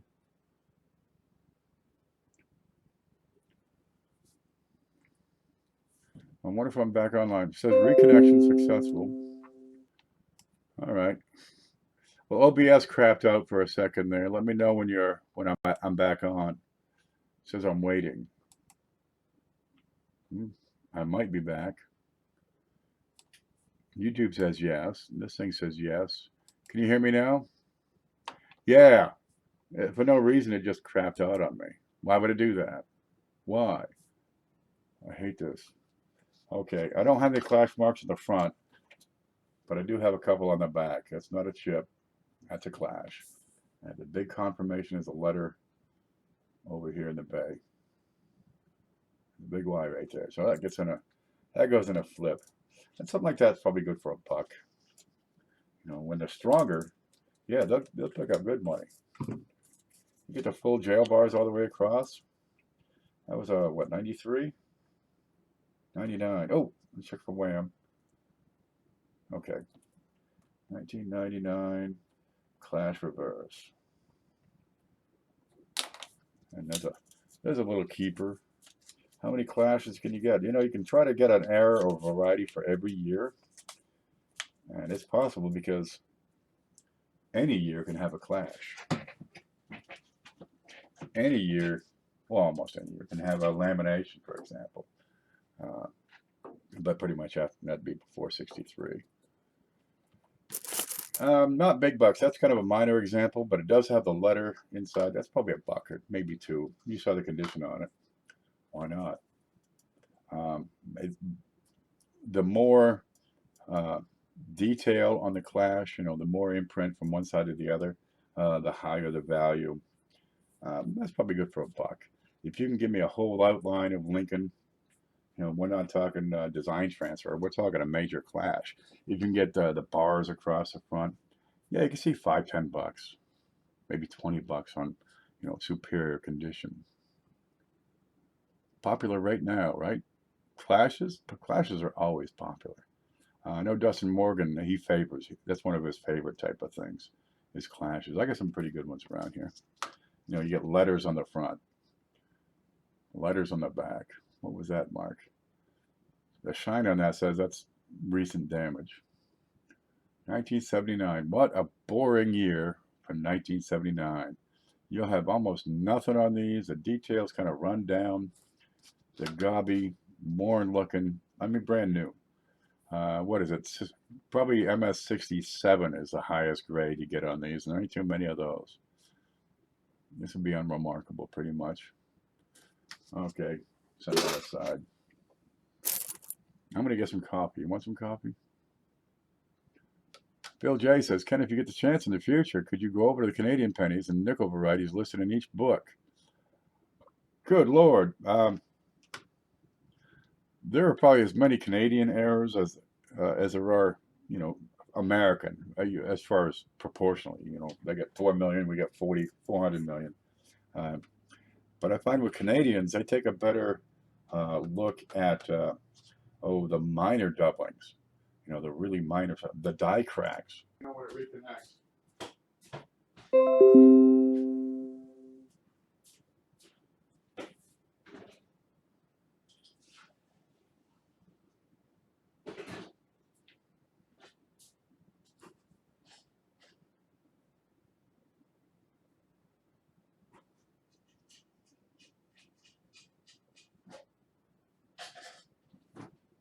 I'm getting coffee.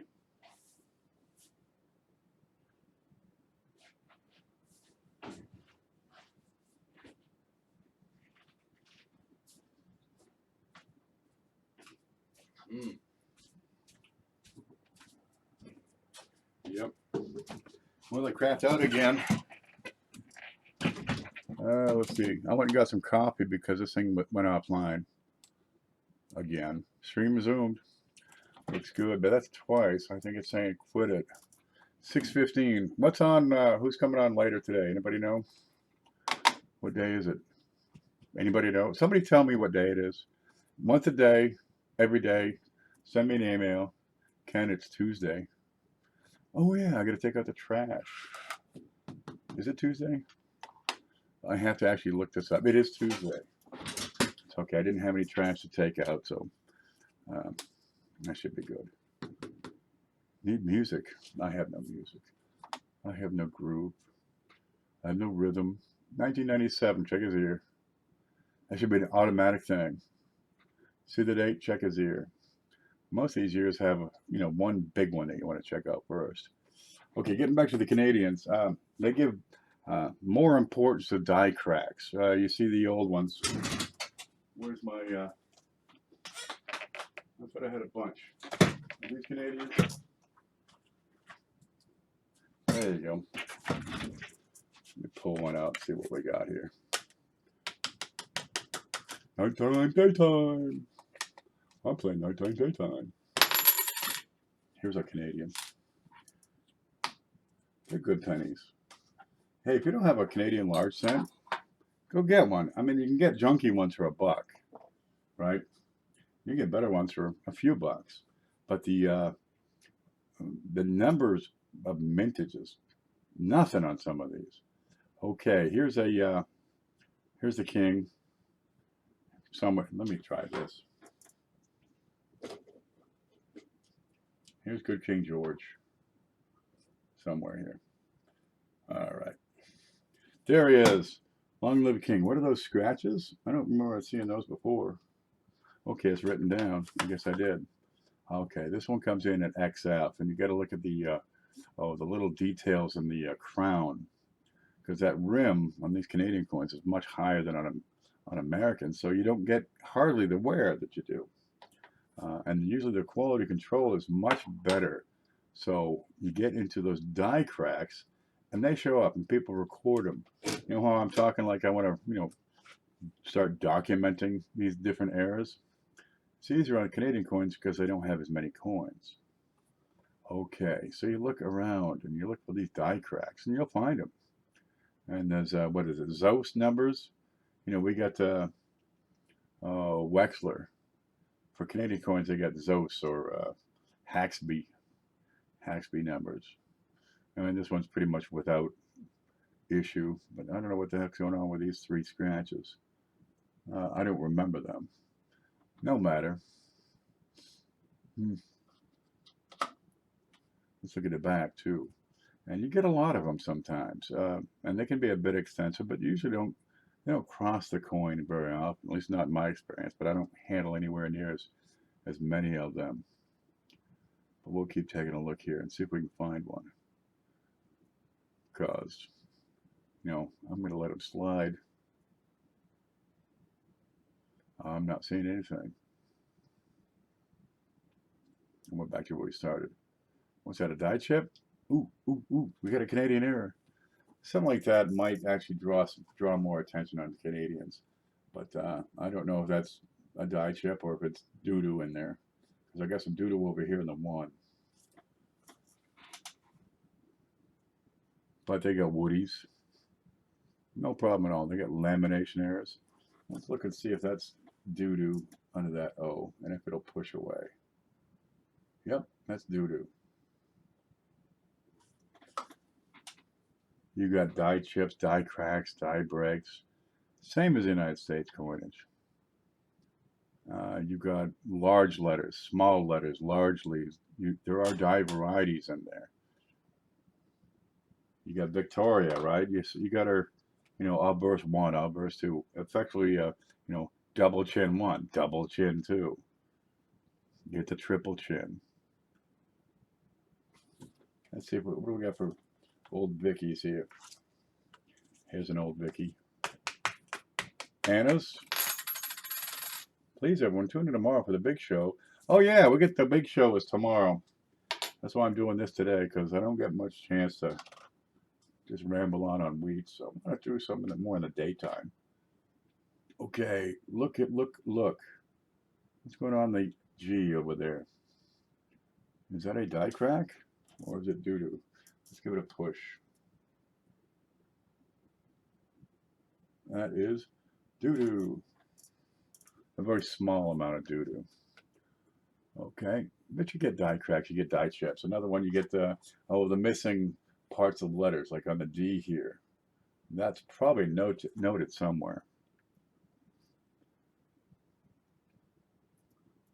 But pay attention to the details, because they can matter. People collect all these. Here's a Canada. It's incomplete. You don't have the serifs on the N. You don't have the whole D. Yeah, this is probably noted somewhere.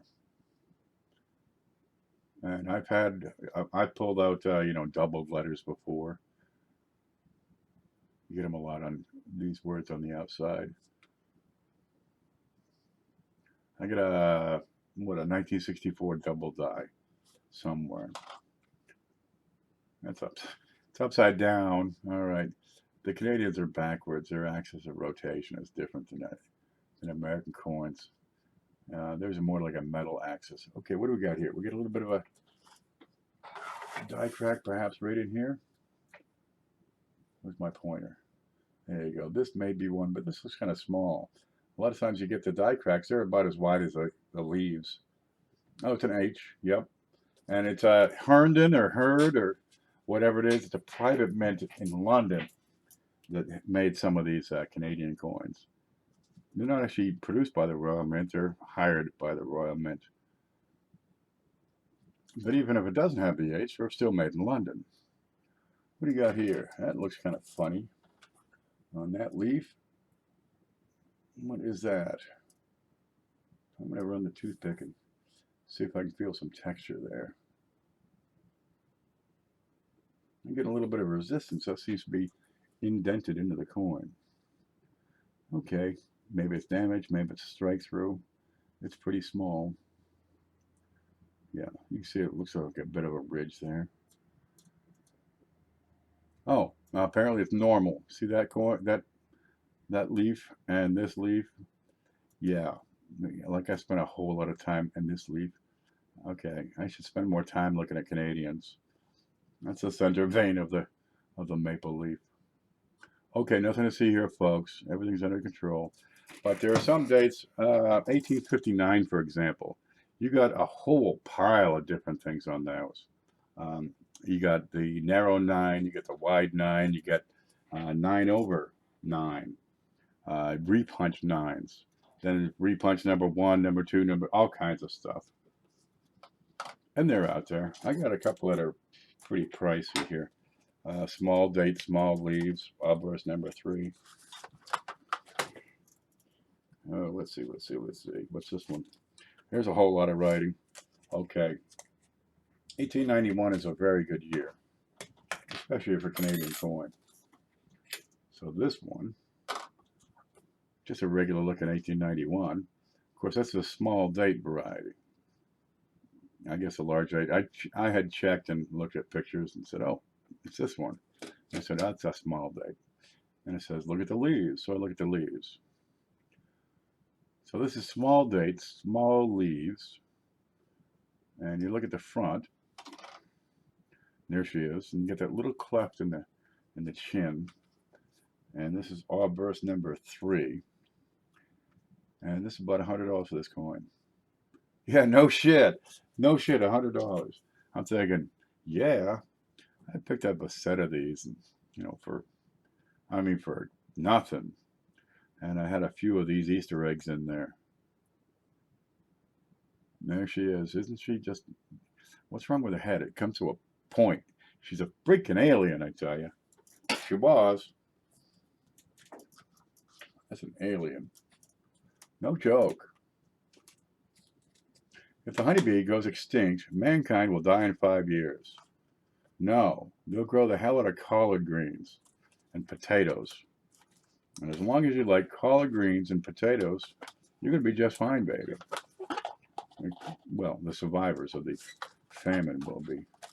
Yes, we are dependent on the bee. All right.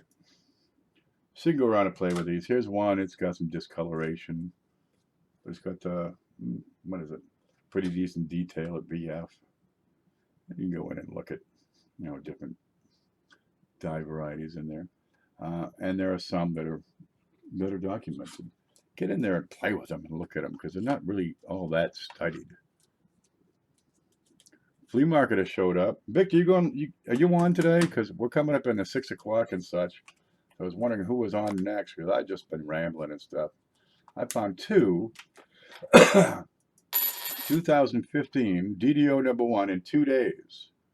Wow, you're hitting it. Coins go through the die. The die has a variety on it. All the coins end up in a hopper. So all those die varieties are in that same hopper. Maybe they run a couple of hoppers. They switch one out, put another one in. But all those 2015 DDO number 1s all came out of the same machine. So they ended up probably in the same hopper or 2. Now they're going to go from that big hopper right, into the big counting machine. So they dump it into there. So maybe you got a couple of hoppers in there. And that counts out the coins into the bags, right? 1 bag, 2 bags, 3 bags, 5,000 pennies at a time. And those bags go onto a pallet to be shipped to, the Federal Reserve, who's going to break that into uh, the coins going to the coin companies, Loomis and Brinks, who then take it to the bank. So they're not getting split up into a whole lot. A lot of times when you find one of a variety, you find a lot of them in that area, all in the same area. Around here, I'm getting these Clash effigy mound quarters. They're real nice. Looks like Georgia's sneezing. But I found 3 of the darn things so far, and that's a neat thing. But the 2014 RPM double die number ones, with the lightning bolt, I can't find them. Haven't found a one. 2009 DDRs, haven't found a one. Okay, one, but haven't found a 2. So Victor has pulled 2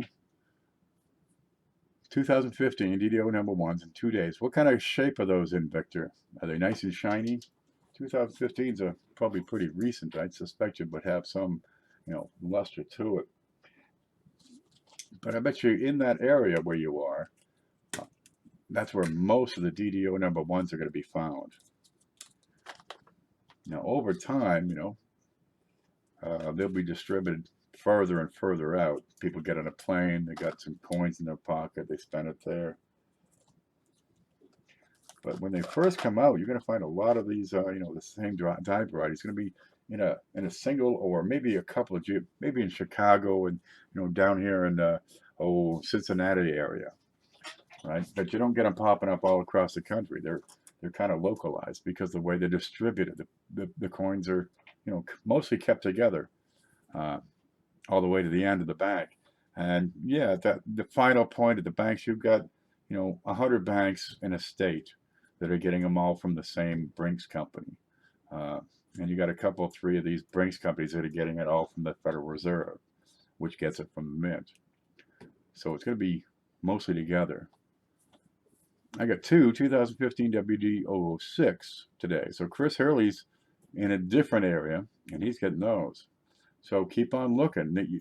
When you find something in your area, you're probably going to get more of that particular thing in your area. Now, the further back in time you get, the more chance you get them from outside, as the coins are mingled. That's kind of a neat thing. Like you get those BU rolls. If you get one, a lot of times you get a dozen. So that's a neat thing about the BU rolls. I picked up 157. I pulled out 17 DDO number ones out of the same roll. No, oh, beautiful. They're outstanding. So definitely get into that. There are strategies out there. I know Jay Painter, he goes all through BU rolls. He hardly does anything except for BU rolls. Post the picks and coin up. We'll be over to check it out. If I load up a page right now, it'll kill the stream. Victor, are you on today? Because I'd have to check the Livestream Directory. I haven't done that yet. But I've been rambling for about 3 hours now. I can certainly give you a chance to grab some spotlight. Good, yeah, a few spots. I'll be showing them off at 7:30. Outstanding. Put them in my giveaway for today. Oh, very good. Got a box from the same back. Yep, you get one, chances are you get more. So good luck to you. This is a little bit woody on this one. Let's see if I can put that back and have a look. That's a little bit woody. You get the woodies in Canadians. Same as you do everything else. Okay, look, I'm going to get some dinner and try to clean up this stuff because I always end up hauling stuff out, right? I got that right here. We'll just look at that. Customer wrapper rolls. Customer wrapper rolls I like because I get more diversity. Like I get this stuff over here from my brother. This would be a customer wrap if they were wrapped, but they're not wrapped. You got clean ones, new ones, shiny ones, old ones. I get an assortment. I got no problem with assortments. Here's a key. What's that go to? I'll get it back to my brother here. Coming back on. It went to shit again. Reconnection successful. Well, that's the third time that crapped out. I think it says I'm back online. The OBS software crap for me, but I like customer wrapped stuff because you got a better chance of somebody having gone through their grandfather's stuff and rolled that up. Whereas machine wrapped rules is going to be a more accurate representation of the coin population at large. Ken, later, I still see you. Yeah, but I've been going for 3.5 hours. The OBS is having a hard time. My stomach's grumbling. And Victor's coming up pretty soon. So I'm going to let you guys go. Is that another toenail? Look at that. Ugh, nasty. Yeah, hope you learned a lot. Do your own live stream. Do your own videos. Get out there. Let's see how you do your thing. Because the way you do it is different from the way Lemonhead does it. It's different from the way JC Will does it. Chris Hurley does his own thing. Lincoln Central does things. Everybody's got their own little patterns and tricks and tips. And tell people about it. Because they might not like your tips and tricks. But maybe he's going to like the way Chris Hurley does it. That's a great idea. I think I'll try that. If it doesn't work for him, maybe he'll try, James Owens' tricks. And now he's got something that works for him. But they're not going to know what it is that you do unless you show them what you do. Does that make any sense? Everybody's got their own way, their own patterns, their own methods. And you've got to try different things. And you'll find something that fits in with however you're doing your thing. It's the gospel of coins. We had a re-Bible meeting down the street the other day. You go in with your old Bible and they hit you with a new one. It's a re-Bible meeting. Just want to shake that baby. That's right, babies. Shake it. Shake it like you gotta pay support for it. All right. I think I'm gonna have some let's see what's in there. I got hamburger and I've got some bread. Oh yeah, I bought bread. I got that cheese. I think I see a dinner plan coming up. Yeah, I have a couple of them big fat greasy burgers, and I'm save the grease and take the heel of the bread and just lather it up with the grease and give it to the cat. Because otherwise he's going to starve to death, and that'd be just a darn shame. Okay, go do your thing, guys. I'm going to finish this coffee, probably take a nap, eat. I'll watch Hogan's Heroes. They got like the whole series on YouTube right now. Jeez. And then I'll probably take these pennies and either look at them some more or maybe I'll stream again. And I'll keep some of these out so we can look at them. Do your thing and show other people how you do your thing. Because if they don't like the way they're doing it, they might find your method to be a little more practical. And if they can pick and choose between me and Hurley and Will and Penny Head Pennies, and everybody else is on here, then we got something. Then we have a way we can teach each other. That's sort of the whole point. Okay, I'm going to let you go.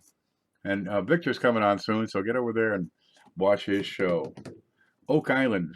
I don't know what that is. Okay, Victor's up. Go see what he's doing.